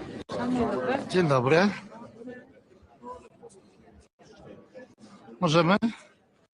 Dzisiejszy Agri-Fish jest poświęcony głównie tematom związanych z nawozami, z rynkiem nawozów, ale też z umowami handlowymi. Po pierwsze, trudna sytuacja na rynku nawozowym spowodowana konfliktem na Bliskim Wschodzie, ale też przepisami, które się zmieniają. No i tu jest potrzebne wsparcie dla rolników nie tylko w Polsce, ale całej Europie. Też rozmawiamy o sytuacji kryzysowej związanej z warunkami pogodowymi. Tu wiele krajów członkowskich zgłosiło właśnie kwestie przezimowań roślin, ale też przymrozków wiosennych, i to też wiąże się właśnie z rynkiem nawozów, bo te nawozy stosować trzeba, a plon może być niższy jak w latach poprzednich. No i oczywiście umowy handlowe. Wystąpiliśmy do Komisji o to, by przedstawiła całościowy wpływ podejmowanych czy podpisywanych umów handlowych na rynek europejski, w tym w rozbiciu na poszczególne rynki krajowe, ale też produkty wrażliwe, chociażby produkcja cukru i rynek cukru. Te umowy, które zostały zawarte, to jest około 16% całościowej produkcji cukru na rynku europejskim, więcej niż produkuje cukru Polska. Dlaczego Polska chce tego zestawienia? No przecież dużo mówiliśmy w Polsce, w Europie na temat umowy pomiędzy Unią Europejską a krajami Mercosur, ale jest wiele umów, które są w tej chwili dyskutowane, które są zawierane i chcemy mieć właśnie policzone, jaki jest wpływ zawieranych umów na nasze rynki. Nie może być tak, że z jednej strony szukamy pieniędzy na wsparcie naszych rolników, naszych przetwórców, a z drugiej strony są swobodnie podpisywane umowy, które niosą wiele zagrożeń dla naszych lokalnych producentów. Jakie zagrożenie niesie podpisana właśnie umowa z Meksykiem? Tutaj są jakieś zastrzeżenia? Sama umowa z Meksykiem raczej nie niesie zagrożeń, bo oni są raczej importerem produktów niż eksporterem na nasze rynki. Natomiast właśnie tak jak powiedziałem, trzeba spojrzeć w ujęciu całościowym na tę umowę. Czyli Polska ma obawy, że to nagromadzenie ostatnich umów Mercosur, Indie powoduje, że będzie zagrożenie dla... Tak, jako resort rolnictwa wskazywaliśmy na najważniejsze zagrożenie związane z umową pomiędzy Unią Europejską a krajami Mercosur i dotrzymaliśmy słowa, złożyliśmy skargę. Proszę zauważyć, Polska jako jedyny kraj członkowski taką skargę złożył. Były zapowiedzi między innymi Francji i innych krajów członkowskich, że będą podobne skargi składać, jednak to tylko Polska taką skargę złożyła. Pytanie w związku z nawozami. Komisja Europejska już zapowiedziała, że zaproponuje wsparcie ze wspólnej polityki rolnej dla rolników. Jakie to będzie wsparcie dla Polaków? Tak, mówimy o rezerwie 200 milionów euro i to są pieniądze, które mają wystarczyć na wszelkie pomocy, czyli i pomoc nawozowa, ale też specjalne, nadzwyczajne wsparcie w związku z występującymi anomaliami pogodowymi, więc ten budżet nie jest jakiś wielki. Natomiast to też Komisja Europejska daje zielone światło, by wykorzystać środki krajowe na pomoc i będziemy to robić, takie rozwiązanie w najbliższych dniach będę starał się przedstawić. 200 milionów euro, tylko dopytam, to jest dla Polski czy... Nie, dla wszystkich w całej Unii Europejskiej. Tak, to też pokazuje, że tych pieniędzy oczywiście trzeba dużo więcej niż są te możliwości budżetowe. Trwają prace nad tym, żeby móc skorzystać z innych pieniędzy, bo tu mówimy o rezerwie, która jest właśnie przeznaczona na te cele. Na dyrektora generalnego FAO, organizacji FAO, czy Polska ma już faworyta wśród tych Nie mamy faworyta, rozmawiamy o tym. Najważniejsze jest, żeby tutaj spośród tych kandydatów wyłonić jednego, bo inaczej możemy przegrać konkurencję spoza Unii Europejskiej. Kandydat może wygrać. Dziękuję bardzo.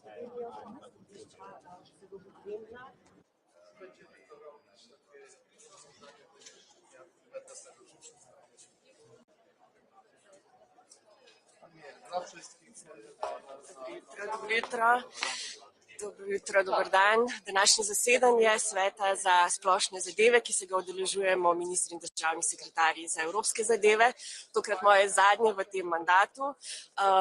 4 zelo pomembne teme, večletni finančni okvir 2028-2034.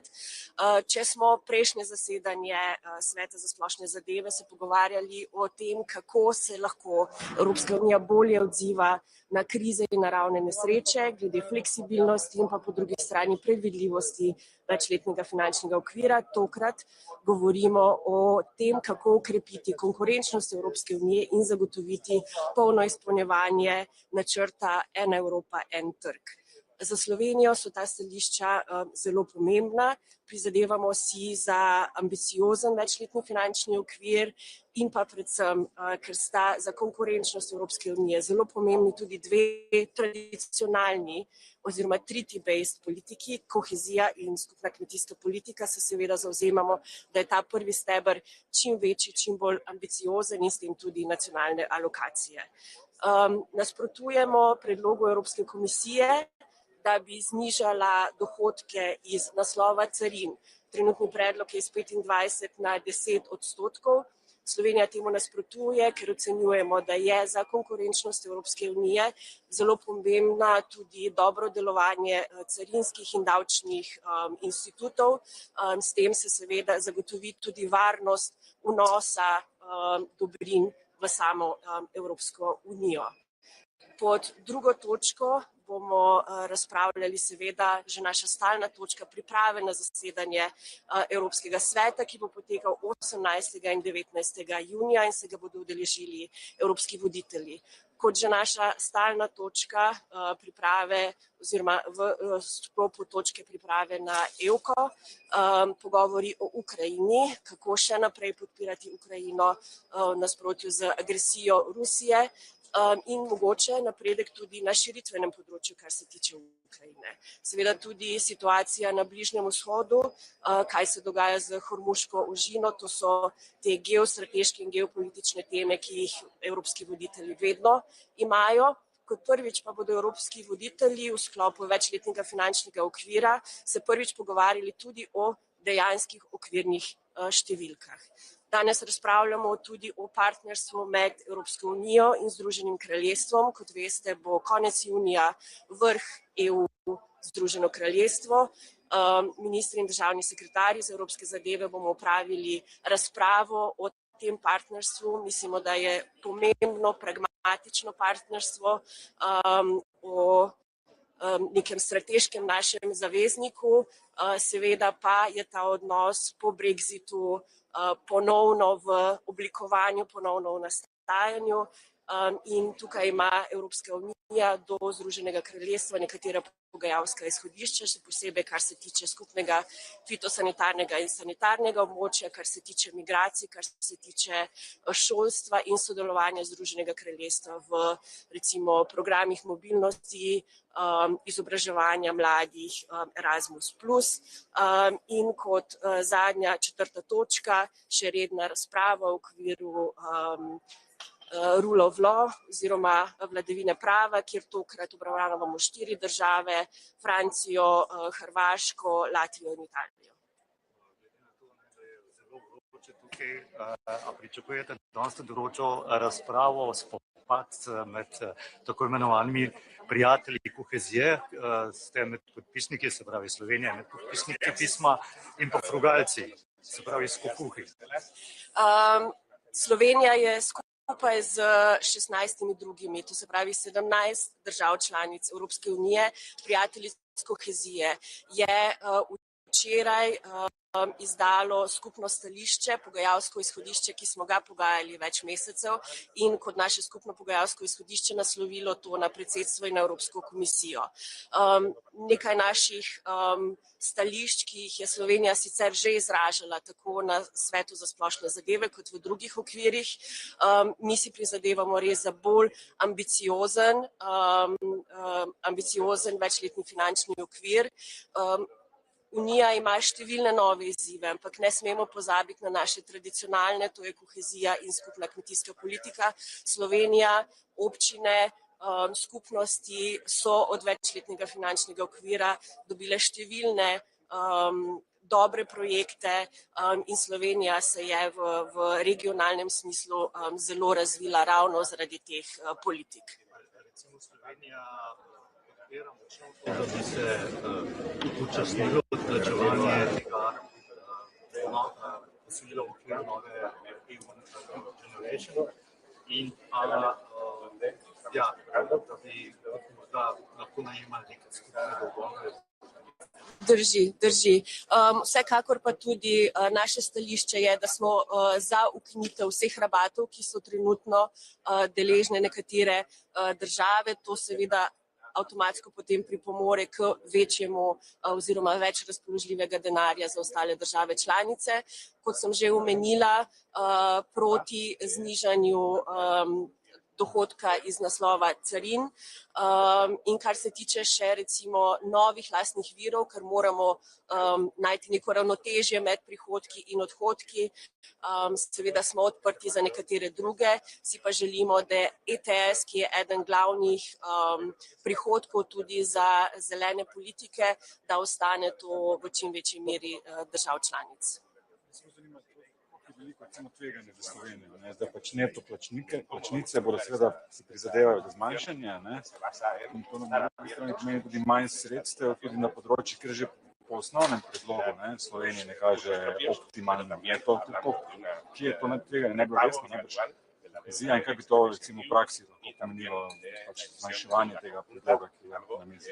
Trenutni predlog Evropske komisije je sicer bolj ambiciozen kot obstoječi 7-letni proračun, vendar seveda v dolgotrajnih pogajanjih, kot sem rekla, prvič bodo evropski voditelji soočeni z dejanskimi številkami in tam na najvišji ravni so seveda razprave drugačne kot precej nas na tehnični ravni, ampak jaz mislim, da močno pogajalsko sodišče 17 držav članic Evropske unije kaže težo argumentov, ki jih ima Slovenija, tudi zato, da ohranimo še posebej prvi steber kohezijo in skupno kmetijsko politiko kot zelo močni, ambiciozni politiki. Je seveda možnost, da se bo to zmanjšalo. Slovenija trenutno nažalost šteje, mislim, da okoli 11 do 13% znižanje prihodkov, ampak zato še enkrat močno pogajalsko izhodišče, ki ga dajemo tudi evropskim voditeljem in predsedstvu na mizo. Ja. Pri koheziji in skupni kmetijski politiki, to se pravi heading 1. Ne pa celotno. Druga tema, ampak potujete jutri na Cipr, na Gimnih. Zdaj pač osrednja tema naj bi bila to posrednik, virtualni ali kakršenkoli za pogovori z Rusijo, s Putinom. Kakšno je stanje v teh pogovorih trenutno, kaj lahko pričakujemo z Gimnih, ali ima Slovenija kakšnega favorita, veliko imen se omenja. Že na prejšnjem zasedanju zunanjih ministrov in debata, kot ste rekli, se bo nadaljevala tudi na tokratnem neformalnem zasedanju, je bil pogovor o tem, kakšna so sporočila Evropske unije do Rusije in kdo je tisti, ki jih bo komuniciral. To bo, mislim, da ena ključnih razprav tudi na tokratnem Gimnihu. Nekaj imen neformalno kroži, ampak o tem se v formatu zunanjih ministrov še nismo pogovarjali. Kot rečeno, najprej ključna sporočila, ki jih želi Evropska unija do Rusije sporočati in kdo bo ta naš posrednik. Pričakujete tudi že konkretna imena razpravanih ali o sporočilih? Jaz ocenjujem, da o konkretnih imenih še ne bomo govorili. Kaj pa vsebinske izhodišča, kaj bi mi zahtevali v bistvu, da na mizo proti Rusiji? Ja, točno to bo razprava, neformalna razprava zunanjih ministrov v sklopu ciprskega predsedovanja.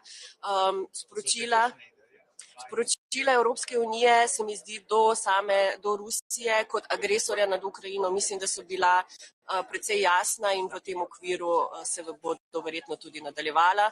Seveda gre tudi v okviru razprave o novi evropski varnostni arhitekturi, gre o geopolitičnih odnosih med Rusijo, ZDA, Kitajsko. Videli smo na primer obisk predsednika Trumpa na Kitajskem, obisk predsednika Putina na Kitajskem in predvsem Evropska unija si želi boljša naša izhodišča, večjo prisotnost v teh mirovnih pogajanjih. Gre seveda za ključno našo, bi rekla, varnostno območje in Ukrajino čutimo kot del naše evropske družine. Zato so sporočila, ki jih bomo dali do Rusije kot agresorke, toliko bolj pomembna. kaj bi to lahko bilo, o čem kroži, kakšne ideje kroži? Se pravi, mislim, da o tem, predvsem kakšni bodo kje je vloga vsake od deležnic v mirovnem procesu, predvsem tudi kako se oblikuje evropska varnostna arhitektura za naprej, ali je to z Rusijo ali brez Rusije, predvsem pa bi rekla tudi sporočila, ki so prihajala iz Kitajske ob obisku dveh visokih predstavnikov oziroma predsednikov, kje se najdemo kot veliki globalni akterji v tem multipolarnem svetu. Samo še eno pred volitvami v Sloveniji, ste tukaj omenjali nevarnost vpletanja tujega, tako z vzhoda kot zahoda. Za Slovenijo imamo eno afero, to Black Cube, me pa zanima, ali ste tudi ugotovili zdaj že v tem procesu tudi kakšna realizacija kakšnega drugega vpletja, neki indici so, da je bilo tudi vpletanje ali pa vse načrtovano iz Rusije, lahko poveste kaj o tem? Ne bi o tem komentirala danes. Hvala lepa, srečno.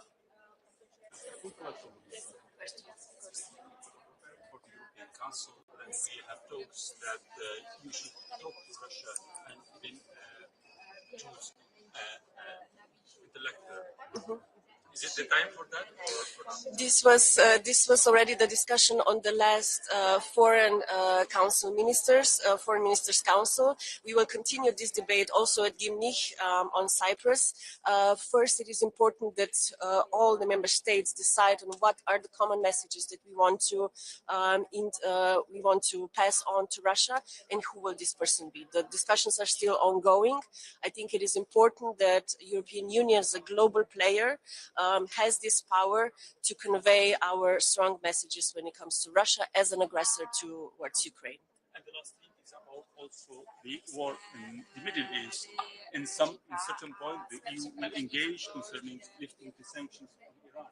In which way and in which stage will engage? The discussions are I would say, very heavy. Very many interlocutors are involved, many actors are involved in these debates. So we will see. For us, Slovenia and the European Union, I think it's important that we don't see a fragmentation of decisions and fragmentations of actors being present in the Middle East. I think it's very important that we do so aligned with multinational system and international organizations. So we also see here a very important role of United Nations when it comes to any kind of action to the Middle East. Thank you so much. It's always difficult, but in the end of the day, we tend to have an agreement, so to say, and I'm sure we will also this time. But we will see how long the negotiations will take. Good morning. Good morning. So we're going to have an important and interesting General Affairs Council meeting today with many topics on the agenda. One of the most important topics is, of course, the budget. We'll be discussing the multi-annual financial framework, and we have one main point from Denmark to raise, and that is that we need a new structure. We need a budget that responds to the challenges that we are currently facing and that we will be facing in the EU. We do not see ourselves as frugal. We do see ourselves as modernizers. We want a new structure. We want to prioritize new spending areas. And we're willing also to discuss higher spending, but it has to be limited. It has to be on the new challenges like defense, Ukraine, competitiveness. And therefore, we need to prioritize. We cannot continue with spending more and more on traditional funding areas. And therefore, we need to talk about prioritizing the traditional spending areas so we can have a new budget that is modernized, where we spend more on competitiveness, defense and security, and Ukraine. Then we will also be preparing the leaders' meeting, the European Council meeting in June. And here, one important issue is Ukraine. Now we need to move on with enlargement. During the Danish presidency, we succeeded in having a new method in the enlargement procedure where we were front-loading all the technical work, and now Ukraine is ready to move on with enlargement. In fact, we could open all 6 clusters, and therefore we have to put a pressure on that we now move on with enlargement and open all of the 6 clusters of negotiation with Ukraine. And then last but not least, we are also going to have an important debate on the EU-UK relationship. In the new geopolitical changing time, it is important for EU and also UK that we build stronger ties, especially on security and defense. Thank you. What's your opinion on the letter by Chancellor Merz to leaders proposing the associate EU membership for Ukraine? First of all, I'm looking forward to find out more about what is actual content of this letter. We are willing to discuss how we can embrace enlargement procedure even faster within the merit-based approach. Ukraine is delivering, and with the front-loading process, the enlargement procedure has not been on a hold, actually on the contrary, and therefore we believe that the first step should be formally to open the negotiation clusters within the traditional framework as we work. On the MFF, Minister, so with the right structure, you're willing to agree to 1.8 billion and also more contributions by member states? Well, it's important to say that the Danish government has not taken a decision on the spending on the budget, but the proposed budget spending is way too high. Proposing 1,900 billion euros and is a tremendous increase on the budget, and spending 1.36% of the overall income in EU is way too high. But we're not saying that we cannot spend more. But if we have to talk about spending more, we have to talk about spending more on new areas. And that is why my main point is that we need a new structure. We cannot continue with old policies, and therefore we have to prioritize on the heading 1, on cohesion and agriculture funds.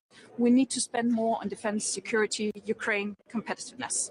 Is there enough room is there a room in the time-wise? Is there a room to create a completely new structure, as you suggest? The Commission has proposed a new budget with a new structure that we very much like, that we have heading 1, combining agriculture and cohesion, together with the country and regional plans. We think that is a good way, a good approach towards modernizing the budget. And also having the heading 2, the competitive fund, where we are exactly prioritizing all these new spending areas. And that is what we have to discuss further. And we're also willing to discuss whether we can spend more on these areas. But it's important for me to say that there is a link. If we have to talk about more spending, there's a link with modernization and prioritizing on the traditional spending areas.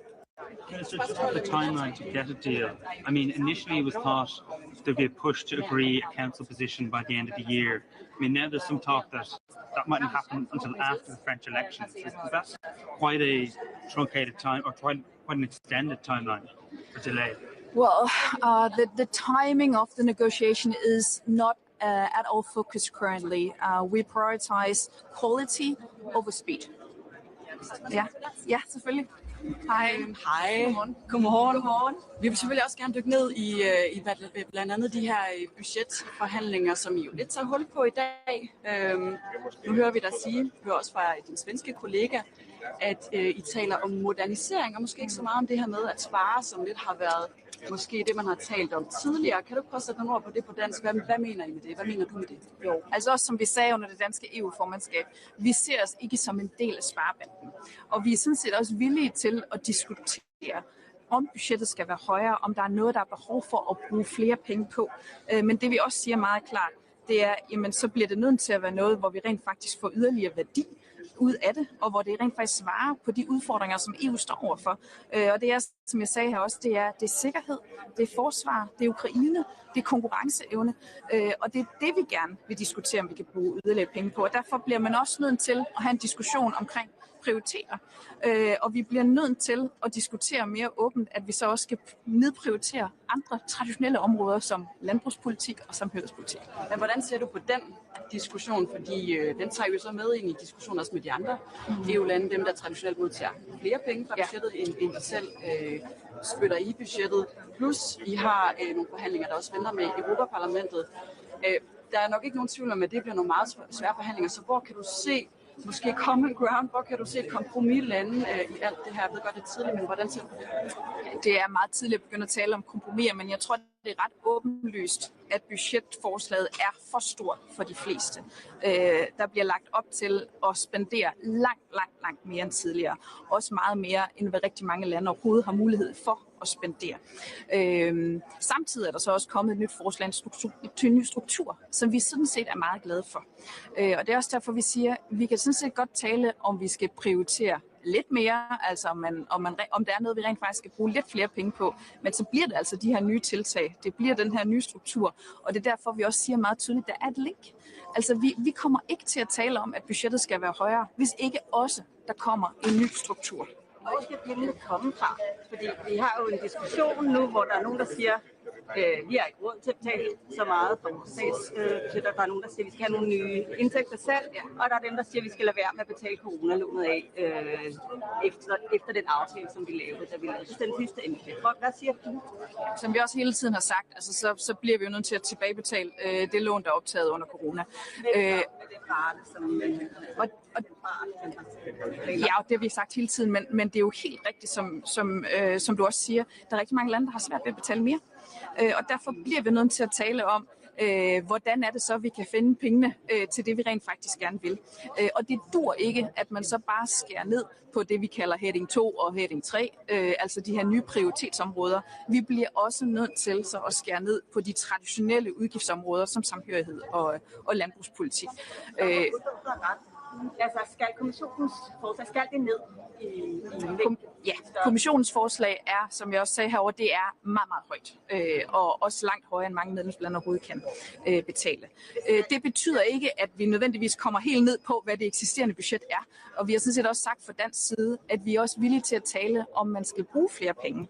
Ikke så meget, som kommissionen lægger op til, men vi er sådan set villige til at tale om, at vi skal bruge flere penge, og vi ser af den grund heller ikke som frugale, vi er ikke en del af sparebanden. Vi ser os selv som moderniserer. Vi vil gerne have et nyt budget med en ny struktur, for vi er sådan set villige til at tale om man skulle have et højere bidrag til forsvar, sikkerhed, Ukraine og konkurrenceevne. Så diskuterer vi også egne indtægter. Det er meget svært at forestille sig, at der kan komme mange flere indtægter af den vej, fordi til syvende og sidst så er det jo også fra medlemslandene, de indtægter kommer, men vi er ikke afvisende for at diskutere, om man kan finde lidt ekstra midler her også.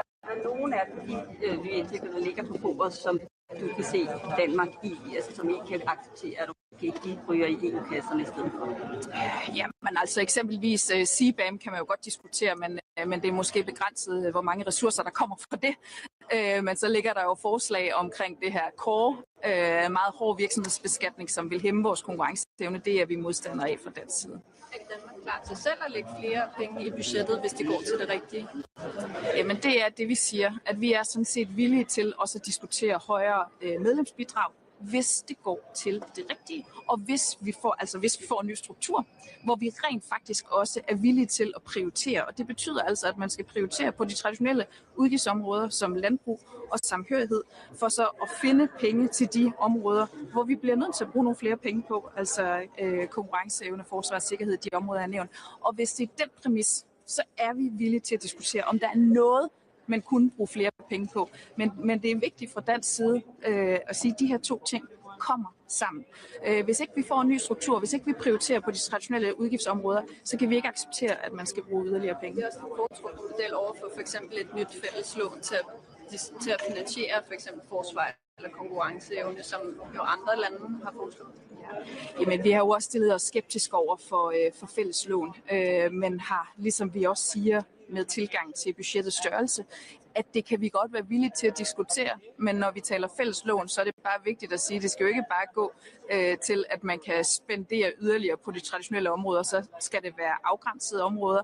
Det skal være fælles udfordringer for Europa, altså eksempelvis støtte til Ukraine, hvor vi også har bakket op om fælles lån. Er det den idé, der også er op at vende i forhold til at gå ind og lave nogle krav på udbetalinger, for eksempel i forhold til, at man skal respektere retsstatsprincipper og sådan noget. Det er jo også noget, der har været en lille smule sensitivt og stadigvæk er det. Ja. Hvordan ser du på det? Er det en god idé at gå ind og lave sådan nogle krav til at få udbetalinger fra EU's budget fremover?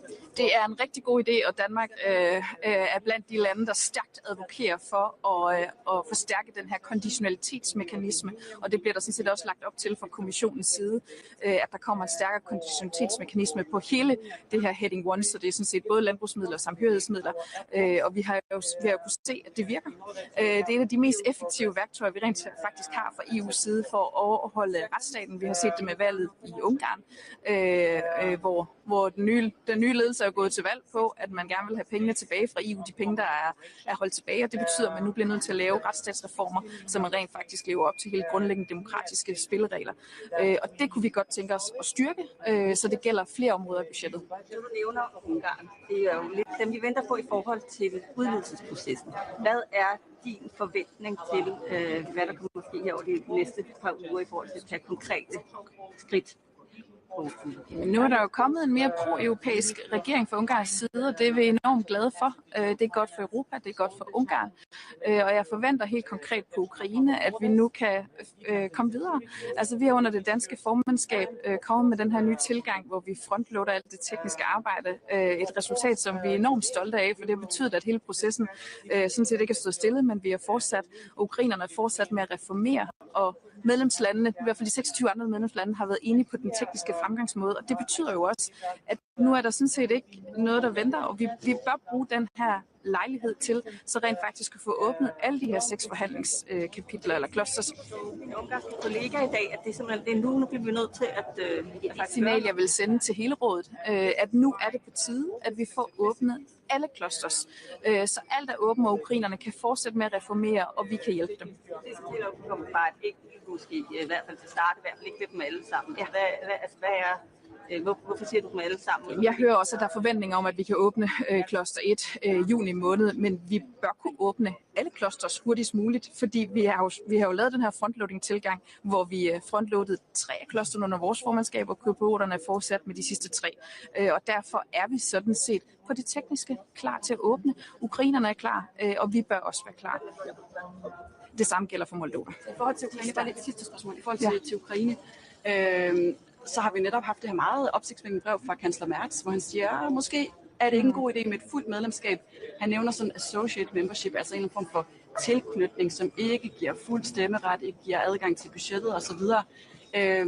Jo netop fordi man godt kan se, at der er altså lande, som måske ikke går lige så langt som Danmark, som har en lidt mere sådan udstrakt arm i forhold til Ukraine med nu her. Kan du se det for dig? Kan det blive sådan et kompromis medlemskab til at begynde med, eller ser du det som fuldstændig taget ud? Jamen, altså jeg synes først og fremmest, at vi bliver nødt til at fortsætte på det spor, vi allerede har lagt ud. Og det er altså inden for den meritbaserede tilgang, hvor vi åbner clusters efterhånden, som landene er klar til det. Og det er Ukraine, og derfor ser jeg ingen grund til, at vi venter med at åbne de her clusters her.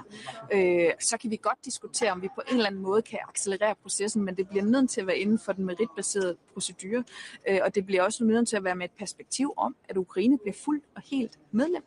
Det vil være godt for Ukraine, og det vil også være godt for Europa. Som er til det er en dårlig idé. Nu må vi jo få den udfoldet, hvad den helt præcis indebærer. Om man på en eller anden måde kan speede andre processer op, altså eksempelvis som vi gjorde i det danske formandskab med at få Ukraine med i Roam Like at Home, eller den europæiske betalingszone. Altså man kan jo godt lave alle mulige andre tiltag, som rent faktisk får Ukraine stærkere integreret i Europa. Alt det vil vi selvfølgelig meget gerne kigge på, men det er vigtigt for os at sige, at Ukraine skal fuldt og helt med. med i EU, så længe de lever op til den meritbaserede tilgang og laver de reformer, der er nødvendige, og det gør de altså lige nu. Det er måske, vi ved det jo ikke, det sidste møde som europaminister.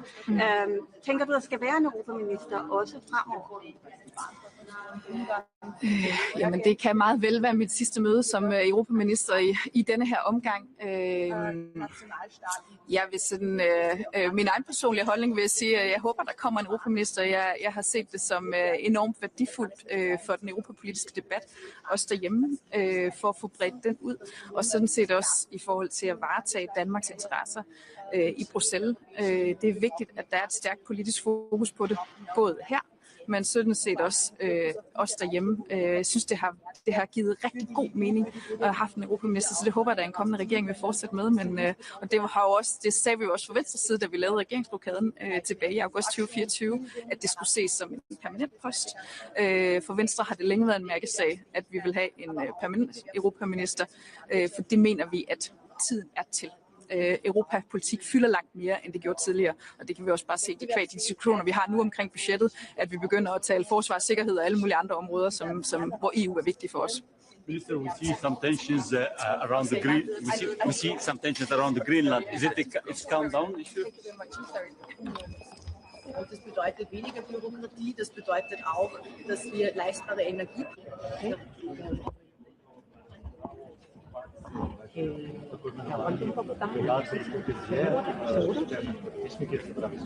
Buenos días.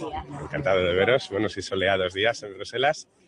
Tenemos una agenda muy intensa hoy en el Consejo de Asuntos Generales, que hemos empezado a las 8:30 de la mañana con un desayuno de los ministros del futuro de Europa.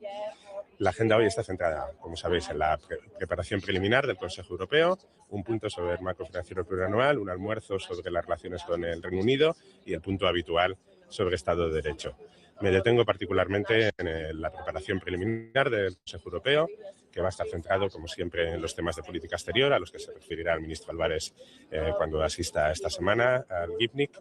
Está en la agenda también los retos globales del futuro de la Unión Europea, que tienen mucho que ver con el desayuno que hemos tenido esta mañana, en el que la estrategia España 2050, que se presentó durante la presidencia española, sigue siendo una referencia para el resto de Estados miembros y la propia Comisión, haciendo un análisis de la situación en la que nos encontramos, con un desafío al orden internacional basado en normas, el propio proyecto europeo, en el que la Unión Europea, como dice el ministro Álvarez, tiene que ser capaz de avanzar hacia una verdadera soberanía e independencia.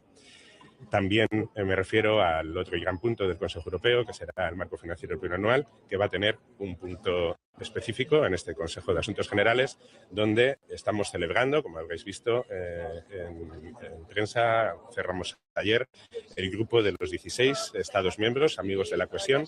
Hemos sido capaces, es un logro particularmente importante y un éxito colectivo, de acordar una declaración muy ambiciosa que refleja la ambición que desde luego el presidente del Gobierno y el ministro Álvarez están impulsando en esta materia, para defender un marco financiero plurianual verdaderamente ambicioso, capaz de financiar los bienes públicos europeos, que incluyen, por supuesto, la seguridad y la defensa, pero también la transición triple, verde, digital y social, y, por supuesto, la posibilidad de financiar esos bienes públicos europeos, preservando los intereses y la ambición en política de cohesión o la PAC.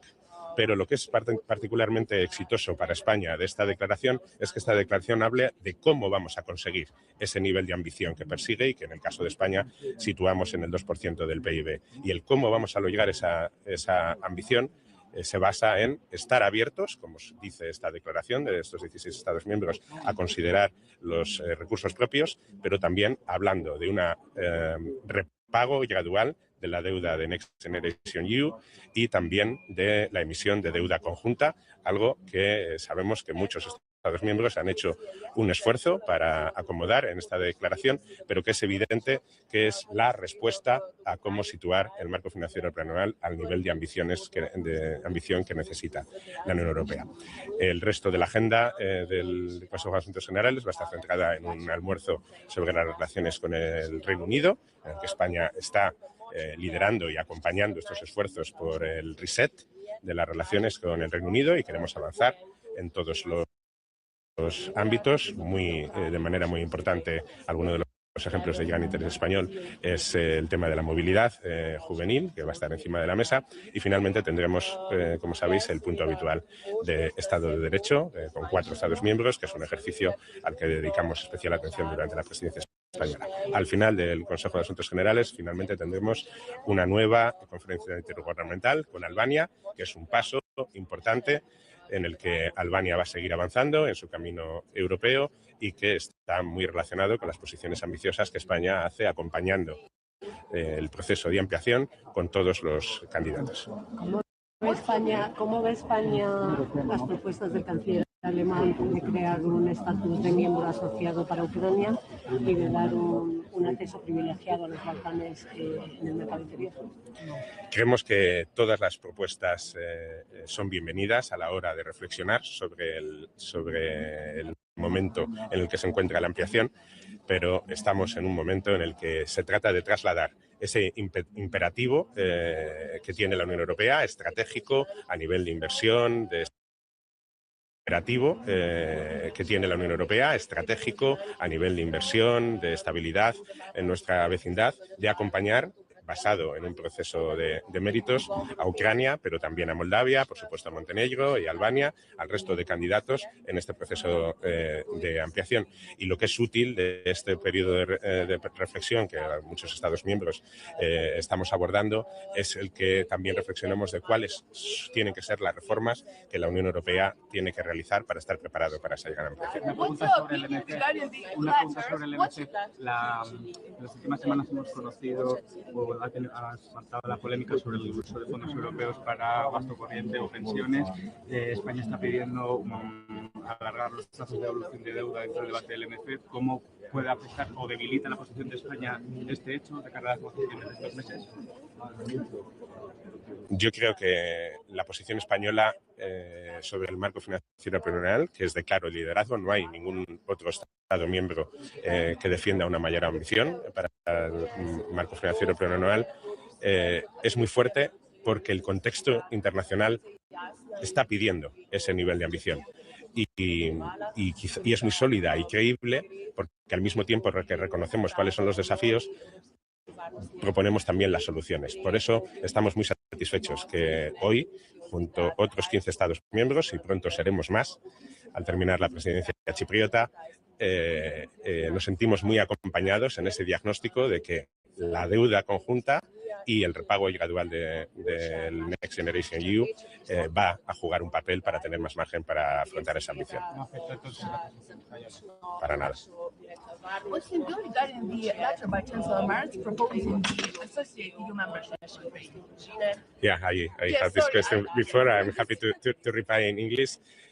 We are open to all contributions and reflections. What is important for us in this moment is to accompany the strong momentum around enlargement. We strongly support the enlargement process with Ukraine, with Moldova. It's a merit-based process. We are advancing. We have taken commitments with both candidates, but also with Albania, with Montenegro, and all the others. We want to accompany this process. And all these reflections are useful also to think internally on how the EU needs to be reformed, including by expanding QMV, the system. Actually, I do have like a field course coming up as part of our degree course where we have to use Dumpy level to record data of elevations, and we have to plug those data into a computing software to analyze it. Yes, and I actually remember going on that field trip when I was in second year. It taught me a number of skills that I was able to use in the industry.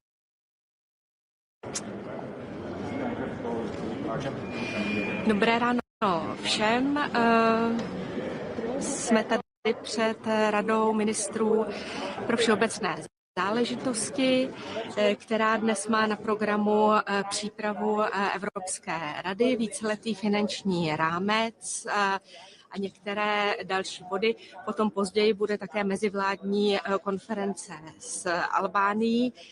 Chtěla bych říct pár slov o přípravě vyjednávání o víceletém finančním rámci, protože včera se podařilo 16 členským státům dohodnout se na deklaraci tzv. Přátel koheze, Dnes už to poměrně značně rezonovalo v tisku. Chtěla bych doplnit, že já tu deklaraci nevnímám tak, jak je to někdy prezentováno, jako nějaký konflikt mezi 16 kohezními státy a bohatými státy. Vidím tam velké paralely v prioritách, a to zejména v podpoře konkurenceschopnosti. Ten důraz je na to, že smlouvy o EU a o fungování EU mají nějaké klíčové politiky a k jejich podpoře slouží právě rozpočet. A z těch hlavních klíčových politik je tam koheze a zemědělství. A to jsou politiky, které existují právě na podporu konkurenceschopnosti a na rozvíjení vnitřního trhu. Takže ta koheze jako taková vlastně je pro celou Unii. Není jenom pro státy chudší, ale jejím smyslem je vybudovat prostředí ekonomické, kde se jim dobře podniká, kde se jim dobře investuje, kde vlastně ty podmínky jsou homogenní napříč celou Evropskou unii. Všude je stejná infrastruktura, oni se nemusí nějak přizpůsobovat. To znamená, že to vyjednávání toho rozpočtu bude o prioritách. A samozřejmě je důležité určitě být ambiciózní, stanovovat si nové priority, ale nesmí to být na úkor těch tradičních, těch smluvních, protože když se nám nepovede dobudovat vnitřní trh, tak Evropská unie nebude prosperovat, občané nebudou spokojeni a ten celý systém nebude fungovat. Takže já to nevnímám jako konflikt, myslím,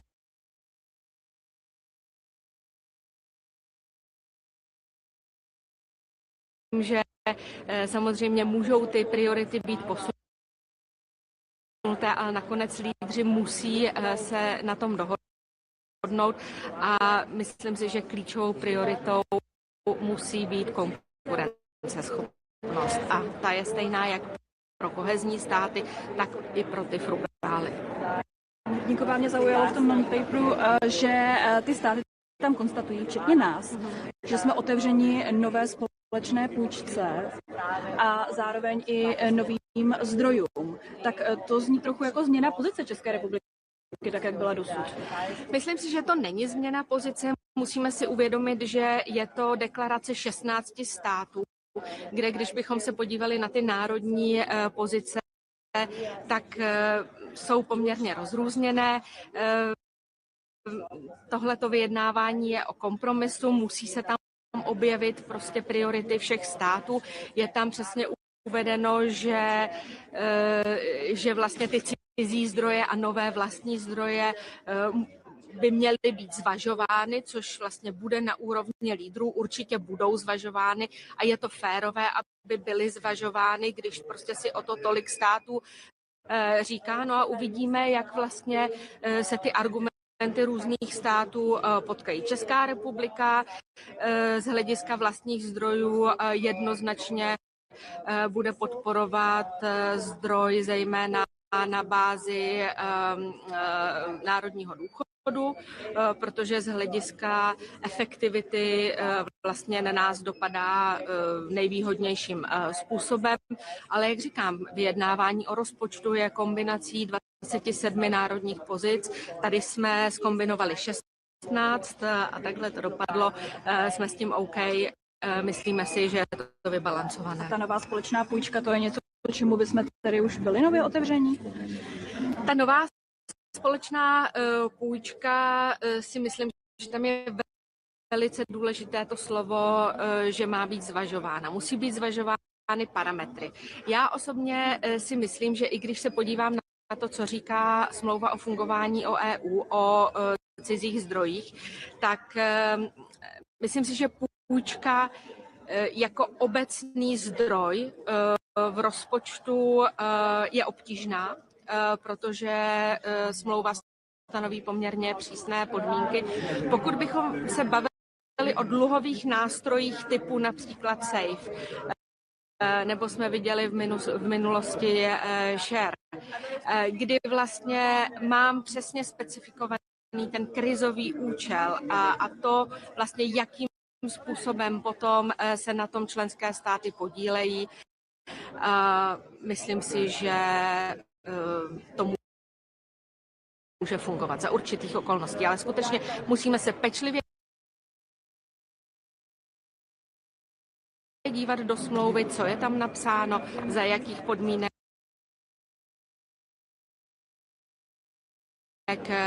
to je možné a to respektovat. Já bych na to ještě navázala. Vlastně všichni říkají, kde by chtěli ty peníze přidat, ale nikdo moc neříká, kde by ty peníze chtěl vzít. Vy jste zmínila, že pro nás, pro Česko by teda byla největší priorita navýšit si národní příspěvky a potom jsme ochotní se bavit možná o nějakých nových vlastních zdrojích, nebo jak to Česko má? Já si myslím, že musíme ještě o krok zpátky. Jo? A tahle debata se opravdu bude muset vést mezi lídry, bude se muset vést vůbec o velikosti toho rozpočtu, větší, menší, navýšit, kde ano, kde ne, jak kombinovat vlastně ty jednotlivé headingy. Myslím si, že tohle to je věc, kde Rada pro všeobecné záležitosti asi jako nemůže pro ty lídry udělat žádné rozhodnutí a skutečně jsme ještě před tím klíčovým vyjednáváním, které bude na Evropské radě v červnu, bude pokračovat na podzim, očekává se poměrně intenzivní vyjednávání na konci podzima, na začátku zimy. Očekáváte, že možné to, co říká Antonio Costa, že by se to stihlo na úrovni lídrů dohodnout do konce tohoto roku? Já rozumím tomu, proč to předseda Evropské rady říká a jsme připraveni na to, že to vyjednávání bude intenzivní a že proto udělají všechno, ale rovnou říkám, že si myslím, že to bude velmi obtížné. Bude to velmi obtížné, ale zároveň rozumím tomu, že pokud se to nepodaří, nebo pokud by se to nepodařilo do konce roku, tak potom to vyjednávání vlastně na jaře a v létě z důvodu politického systému voleb v řadě států může být ještě obtížnější. What do you do on the letter by Chancellor Merz proposing the associate EU membership for Ukraine? This is a pretty new question. We generally we believe that enlargement must continue, but we are strong defenders of merit-based enlargement. We believe that there are certain procedures that should be respected, and at some stage leaders should discuss actually how this should be fulfilled. The letter is being analyzed. We are consulting our partners, and we support the EU future of Ukraine. We understand that this is very important. At the same time, European Union is a very specific kind of organization, and we must make sure that everyone who intends and who wishes to be part of that is fully ready and can become a partner and a member in full scope. So it's basically more for leaders discussion than for ministers, right? I believe so. I believe so that we need quite concrete and strong political steer from the leaders to be able to continue. Děkujeme. Děkuji. Tak musíme přeju hezký den. Naschledanou.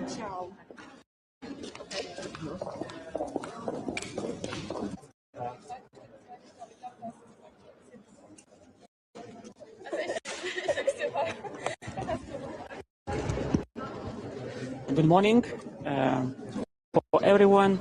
Today we'll continue our preparations for European Council meeting, and in June our leaders will exchange of views and give us policy directions on a number of issues. First, on negotiations on multi-annual financial framework, competitiveness, fighting illegal migration, and defense and security. But today we will be discussing a number of issues related to, for example, Ukraine, and I would like to make a number of remarks. First, we have to open all 6 negotiation clusters as soon as possible. Ukraine is ready. European Commission has issued positive opinion, so we have to formalize everything that we have done so far in the informal accession talks with Ukraine. Secondly, we need to set the date for Ukraine's accession in the European Union. We do believe that 2030 is a good date for all, for European Union and for Ukraine. It would consolidate our efforts in order to have real progress in accession talks. Second, multi-annual financial framework. Just yesterday, 16 new member states agreed on common declaration, and 16 new member states clearly stated that we need a solid, ambitious EU budget capable to finance all the challenges, capable to finance our treaty-based policies such as common agricultural policy, cohesion policy, and of course we need to find financial capacity to finance all the challenges related to protection of our borders, defense and security issues, and of course competitiveness. Of course, today we will discuss issues related to linkages between competitiveness and multi-annual financial framework. And here I should say that there will be no competitiveness without security. And recent drone incidents in the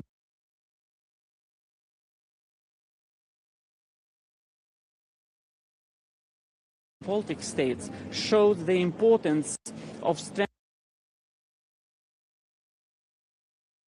strengthening European Union's eastern flank.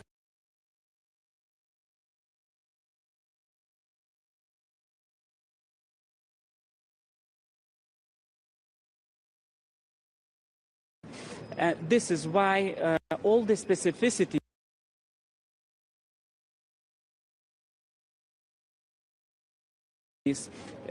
related to eastern border regions should be taken into account in the strategic European Union's document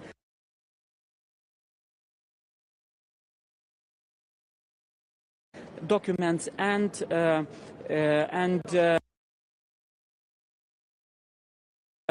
negotiations on the next multi-annual financial framework. Thank you. What will be the biggest challenge for Ukraine after the opening of all of the clusters? Of course, reforms, and we do believe that Ukraine should focus on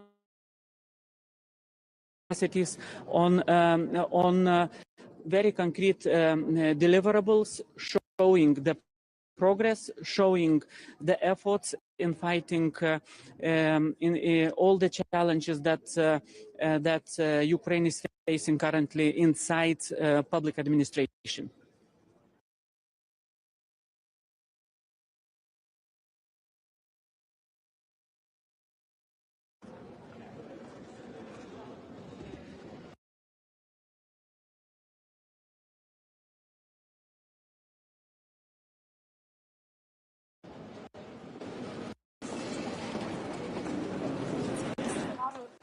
teirautis, kiek Vokietijos kanclerio išsakytas pasiūlymas suteikti asocijuotą narystę Ukrainai atliepia ir Lietuvos viziją, nes mes žinom, kad ir Lietuva kalba apie tai, kad priimkim dabar, o procese jau Ukraina išpildys visus tos reikalavimus ir irgi kol kas galbūt be balso teisės, tai kiek tai, ką siūlo Vokietija, sakytume, yra gerai. Na, žinot, Lietuvos pozicija visada buvo nuosekli. Mes visada pasisakėm už normalų dėrybų procesą. Visada. Ir žinoma, na, nuo praeitų metų pradžios, kada prasidėjo neformalus dėrybų procesas su Ukraina, mes visą laiką sakydavom, kad reikia daryti pažangą neformaliose diskusijose, bet kada ateis laikas, kada na, vienos valstybės veto bus nuimtas, tada reikia viską formalizuoti. Ir mes pasisakom už to, kas buvo pasiekta iki šiol, formalizavimą, pradėjimą normalių dėrybų, atidarimą visų dėrybinių klasterių su Ukraina ir Moldova. Ir tada žiūrėsim, kaip Ukraina, kokią pažangą darys jau įvairiose srityse reformų prasme. Na, o jeigu Vokietijos siūlymai prisidės prie formalių dėrybų tokio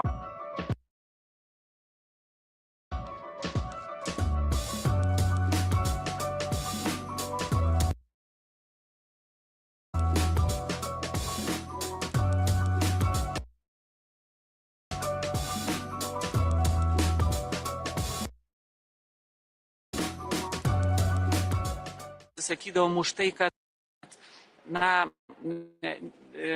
tas statusas Ukrainos būtų galbūt tarpinėme laikotarpį be balso teisės, kad jinai galėtų tinkamai integruotis į diskusijas, dalyvauti jose, bet kada jau ateis laikas, tada viskas transformuosis į na, normalų sprendimų priėmimo procesą, dalyvaujant Ukrainai jau jai tapus ES nare. Ar nematot rizikos, kad, na, žinot, yra posakis, nieko nėra pastoviau už laikiną, tai kad nenutiktų taip, jog jeigu tą dalinę narystę suteikiame, Ukraina sėdi prie stalo, tai na, atsirastų balsų, kur sakytų, o kam čia skubinti, na, padaryti ją tikrąją nare, ji jau dabar yra ir tai galbūt dar pavėlintų.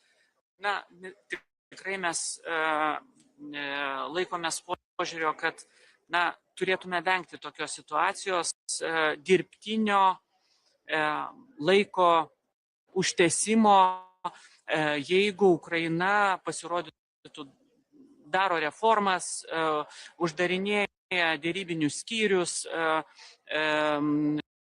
įvairiose srityse matysime pažangą ir tikrai tas bus nepriimtina mums ir žinoma su vienmintėm šalimis mes tą kelsim, siekiant, kad Ukraina tikrai būtų vertinama už padarytą pažangą, už padarytas reformas ir atitinkamai tai atsispindėtų dėrybų procese. Jokio uždėlsimo, na, dėrybose su Ukraina tikrai, jokiam uždėlsimui su Ukraina mes tikrai nepritarsime.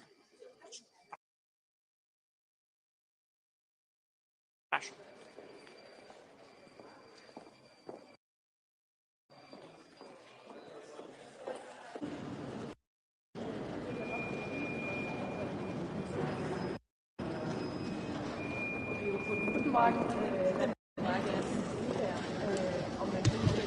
Einen schönen guten Morgen hier im sonnigen Brüssel. Wir sprechen heute im Radio über 4 ganz zentrale Fragen. Einerseits selbstverständlich das mehrjährige Budget der Europäischen Union, damit zusammenhängend auch Fragen der Wettbewerbsfähigkeit bis hin zur EU-Erweiterung und damit verbunden auch die Vorschläge, die kursieren, wie man mit der Ukraine hier auch weiter umgehen kann. Ich komme gerade direkt von einem Treffen auch der Nettozahler, das wir heute Morgen bereits gehabt haben. Wir sind uns einig darin, dass wir ein starkes Europa wollen, und ein starkes Europa kann es auch nur dann geben, wenn wir einen verantwortungsvollen Umgang mit dem Steuergeld der EU-Bürgerinnen und EU-Bürger an den Tag legen. Es geht vielen Nationalstaaten sehr, sehr ähnlich, dass wir auf nationaler Ebene gezwungen sind zum Sparen, dass die Budgets dort konsolidiert werden. Und da kann es nicht sein, dass auf europäischer Ebene so getan wird, als gäbe es keine Grenzen.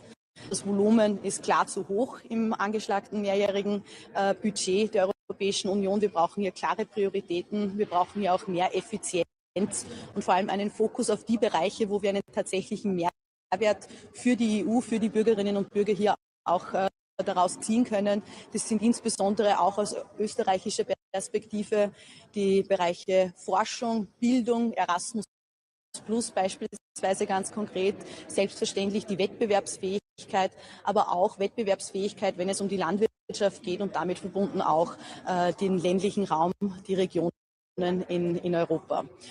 Wettbewerbsfähigkeit, ein ganz wichtiges Stichwort auch. Wir sollten uns als Europäische Union wieder mehr darauf konzentrieren, den Wettbewerb auch auszubauen, stärker zu werden und diese wirtschaftliche Stärke als größter Binnenmarkt der Welt auch zu einem politischen Gewicht ummünzen.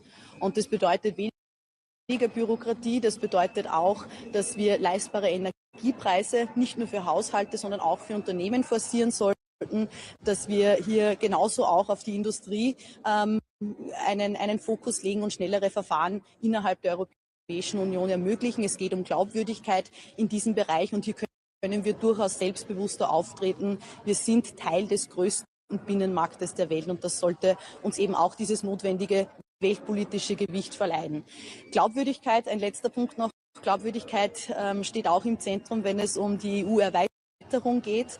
Es findet heute noch eine Regierungskonferenz mit Albanien statt. Das ist ein großer und wichtiger nächster Schritt in der EU-Erweiterung. Österreich steht ganz klar für einen leistungsbasierten Ansatz hier, und dieser leistungsbasierte Ansatz, der muss für alle Beitrittskandidaten gelten, auch für die Ukraine. Da darf es keine falschen Versprechen geben. Bundeskanzler Merz hat hier einen Vorschlag vor wenigen Tagen auch präsentiert, einer assoziierten Mitgliedschaft. Und wir sind hier gerne bereit, konstruktiv darüber zu diskutieren. Wir sehen hier viele Ähnlichkeiten mit dem österreichischen Modell der graduellen Integration. Aber am Ende des Tages darf es keine zwei Klassen von Beitrittskandidaten geben. Es müssen dieselben Regeln und Voraussetzungen für alle Beitrittskandidaten gelten. Hier haben wir immer diesen besonderen Fokus auf die Länder des Westbalkans, also mehr Wettbewerbsfähigkeit statt Belastung, auch mehr Effizienz statt Bürokratie und ein fairer Beitrittsprozess, der uns auch in der Glaubwürdigkeit als Europäische Union stärkt. Was würde das denn jetzt bedeuten, wenn man darüber redet, die Ukraine als assoziiertes Mitglied aufzunehmen? Müsste man das auf alle anderen Westbalkanstaaten umlegen? Würden dann zum Beispiel Montenegro von einem Tag auf den anderen beim Gipfel dabei sitzen? Das müssen Sie Deutschland fragen. Der Bundeskanzler Merz hat diesen Vorschlag gemacht. Ich darf da an die deutschen Kollegen verweisen. Wir sind hier gerne bereit.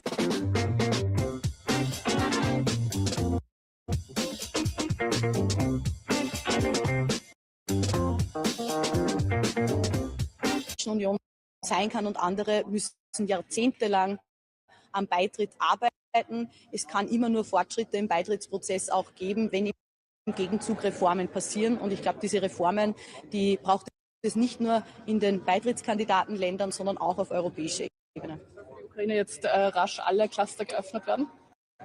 Wir sind hier am Beginn. Die Ukraine hat jetzt seit einiger Zeit den Beitrittskandidatenstatus. Die Gespräche dazu finden statt. Es muss einstimmig diese Entscheidung getroffen werden. Das heißt, auch ein Brief eines Regierungschefs kann genau diesen Prozess nicht beschleunigen oder ersetzen. Das muss der Rat einstimmig entscheiden.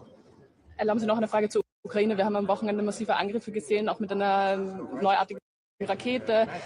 Es gibt Drohungen gegen Botschaftspersonal, gegen Ausländisches. Was bedeutet das für europäische Diplomatinnen? Und Österreich ist immer dafür, Gespräche mit Russland zu führen. Kann man das? Es ist ganz wichtig, dass wir eben gerade in einer weltpolitisch sich verändernden Lage auch unsere Stimme erheben, dass wir geschlossen und handlungsfähig auftreten. Und ich habe hier große Zuversicht, dass die aktuelle und neue Zusammenarbeit Zusammensetzung des Rates hier auch wieder Anlass zur Zuversicht auch geben kann, dass wir schneller einig werden, wenn es eben um diese geopolitischen und auch sicherheitspolitischen Entscheidungen geht. Es geht nicht nur um die Ukraine in diesem Krieg, es geht um Europa, es geht um die Europäische Union, es geht um unsere Energieversorgung, es geht um die Wettbewerbsfähigkeit, wenn wir es ganz konkret festmachen wollen. Und deswegen wichtig, dass wir Gesprächskanäle hier auch gut nützen, dass es zu einem dauerhaften und gerechten Frieden kommen muss, lieber früher als später. Budget, wenn ich darf. Sie sagen, es ist viel zu viel, aber die EU hat große Herausforderungen und es ist ein bisschen das klassische Modell, gab Kohäsion gegen Veränderungen und wie sollen Veränderungen möglich sein, wenn man nicht mehr einzahlt oder auch gegen Eigenmittel ist? Es gibt ja im Vorschlag für den mehrjährigen Finanzrahmen durchaus auch die Idee eines modernisierten Budgets mit schlankeren Strukturen, mit weniger Rubriken.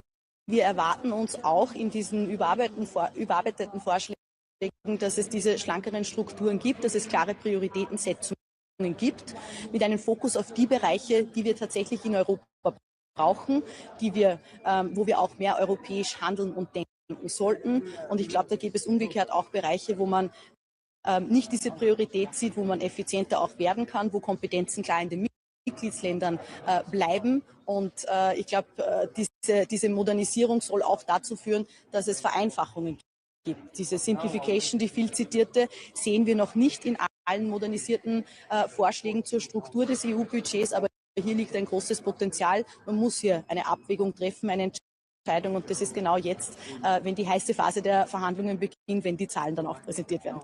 Dankeschön.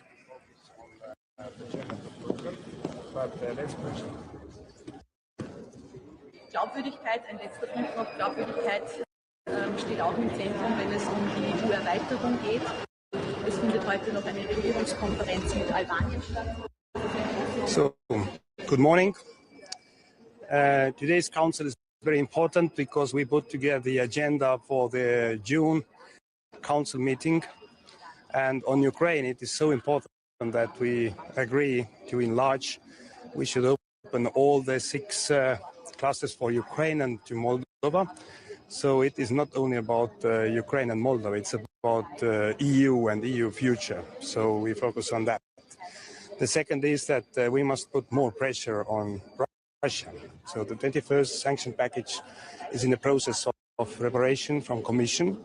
And we need to understand that Russia is now on a weaker position.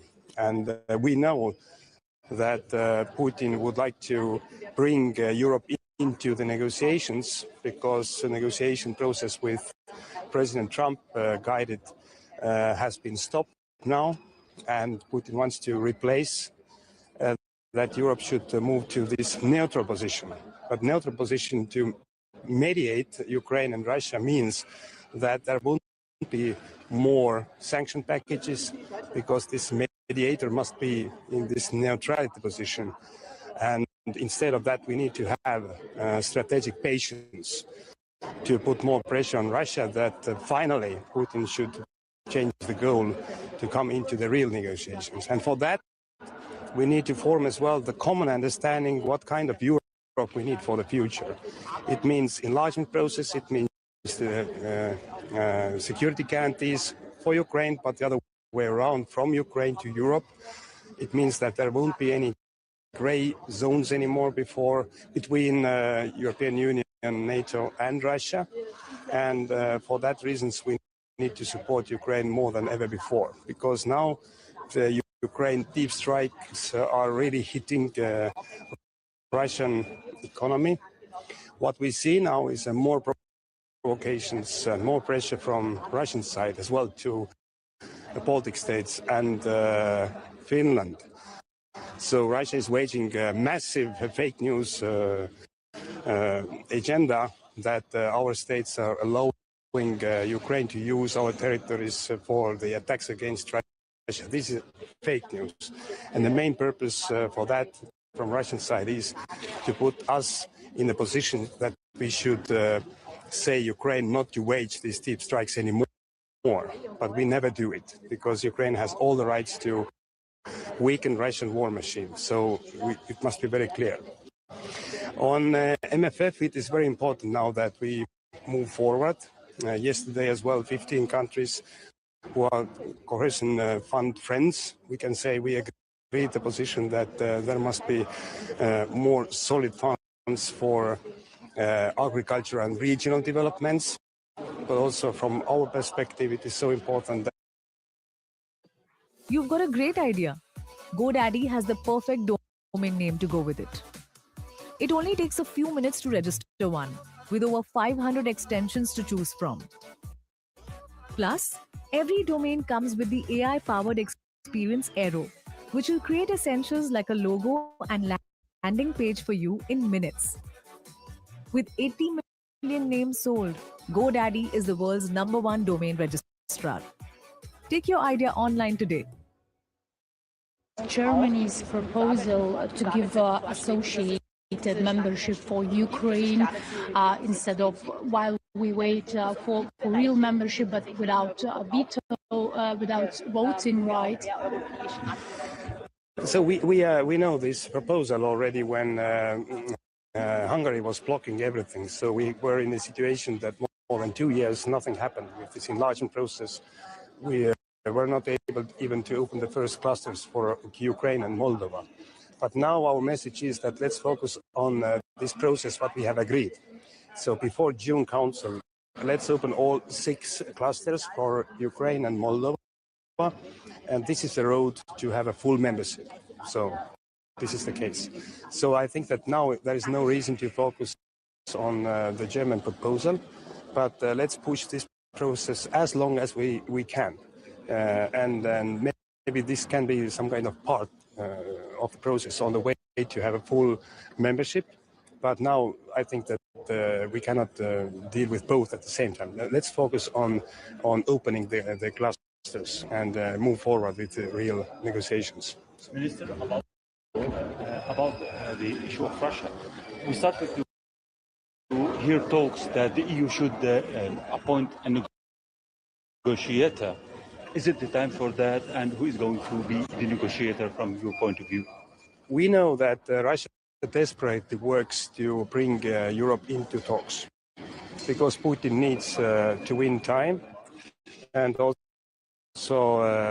his position is to put Europe in a neutral position as a mediator. But we are not mediators, actually. We are supporting Ukraine, and we are not talking only about some territories in Ukraine, but we are talking about European security architecture. So instead of that, to go and talk to Putin, because he doesn't want to negotiate anything, he's just putting new demands on the table, we should focus on putting more pressure on Russia. So this is not right time, Russia to any kind of talks. More pressure means weaker Russia, and maybe then Putin is changing the goal and will be ready, real life, negotiate about the peace, long-lasting peace. If we're talking about ceasefire, then it can be done between Ukraine and Russia directly, because it can be the first sign that Putin is ready to do anything. But now we see that Putin is even following his own offers about the ceasefire. 9th of May ceasefire was not kept by him. So there is no point now to talk about who will represent Europe, because it probably will divide Europe more. Finally, if the real negotiations will happen after our pressure to Russia and support to Ukraine, of course, definitely we'll find the group of people, or maybe European Union institutions, whoever who can talk to Putin, but it must happen together with Ukraine. We are in the same side. We are not mediating anything. Okay, thank you.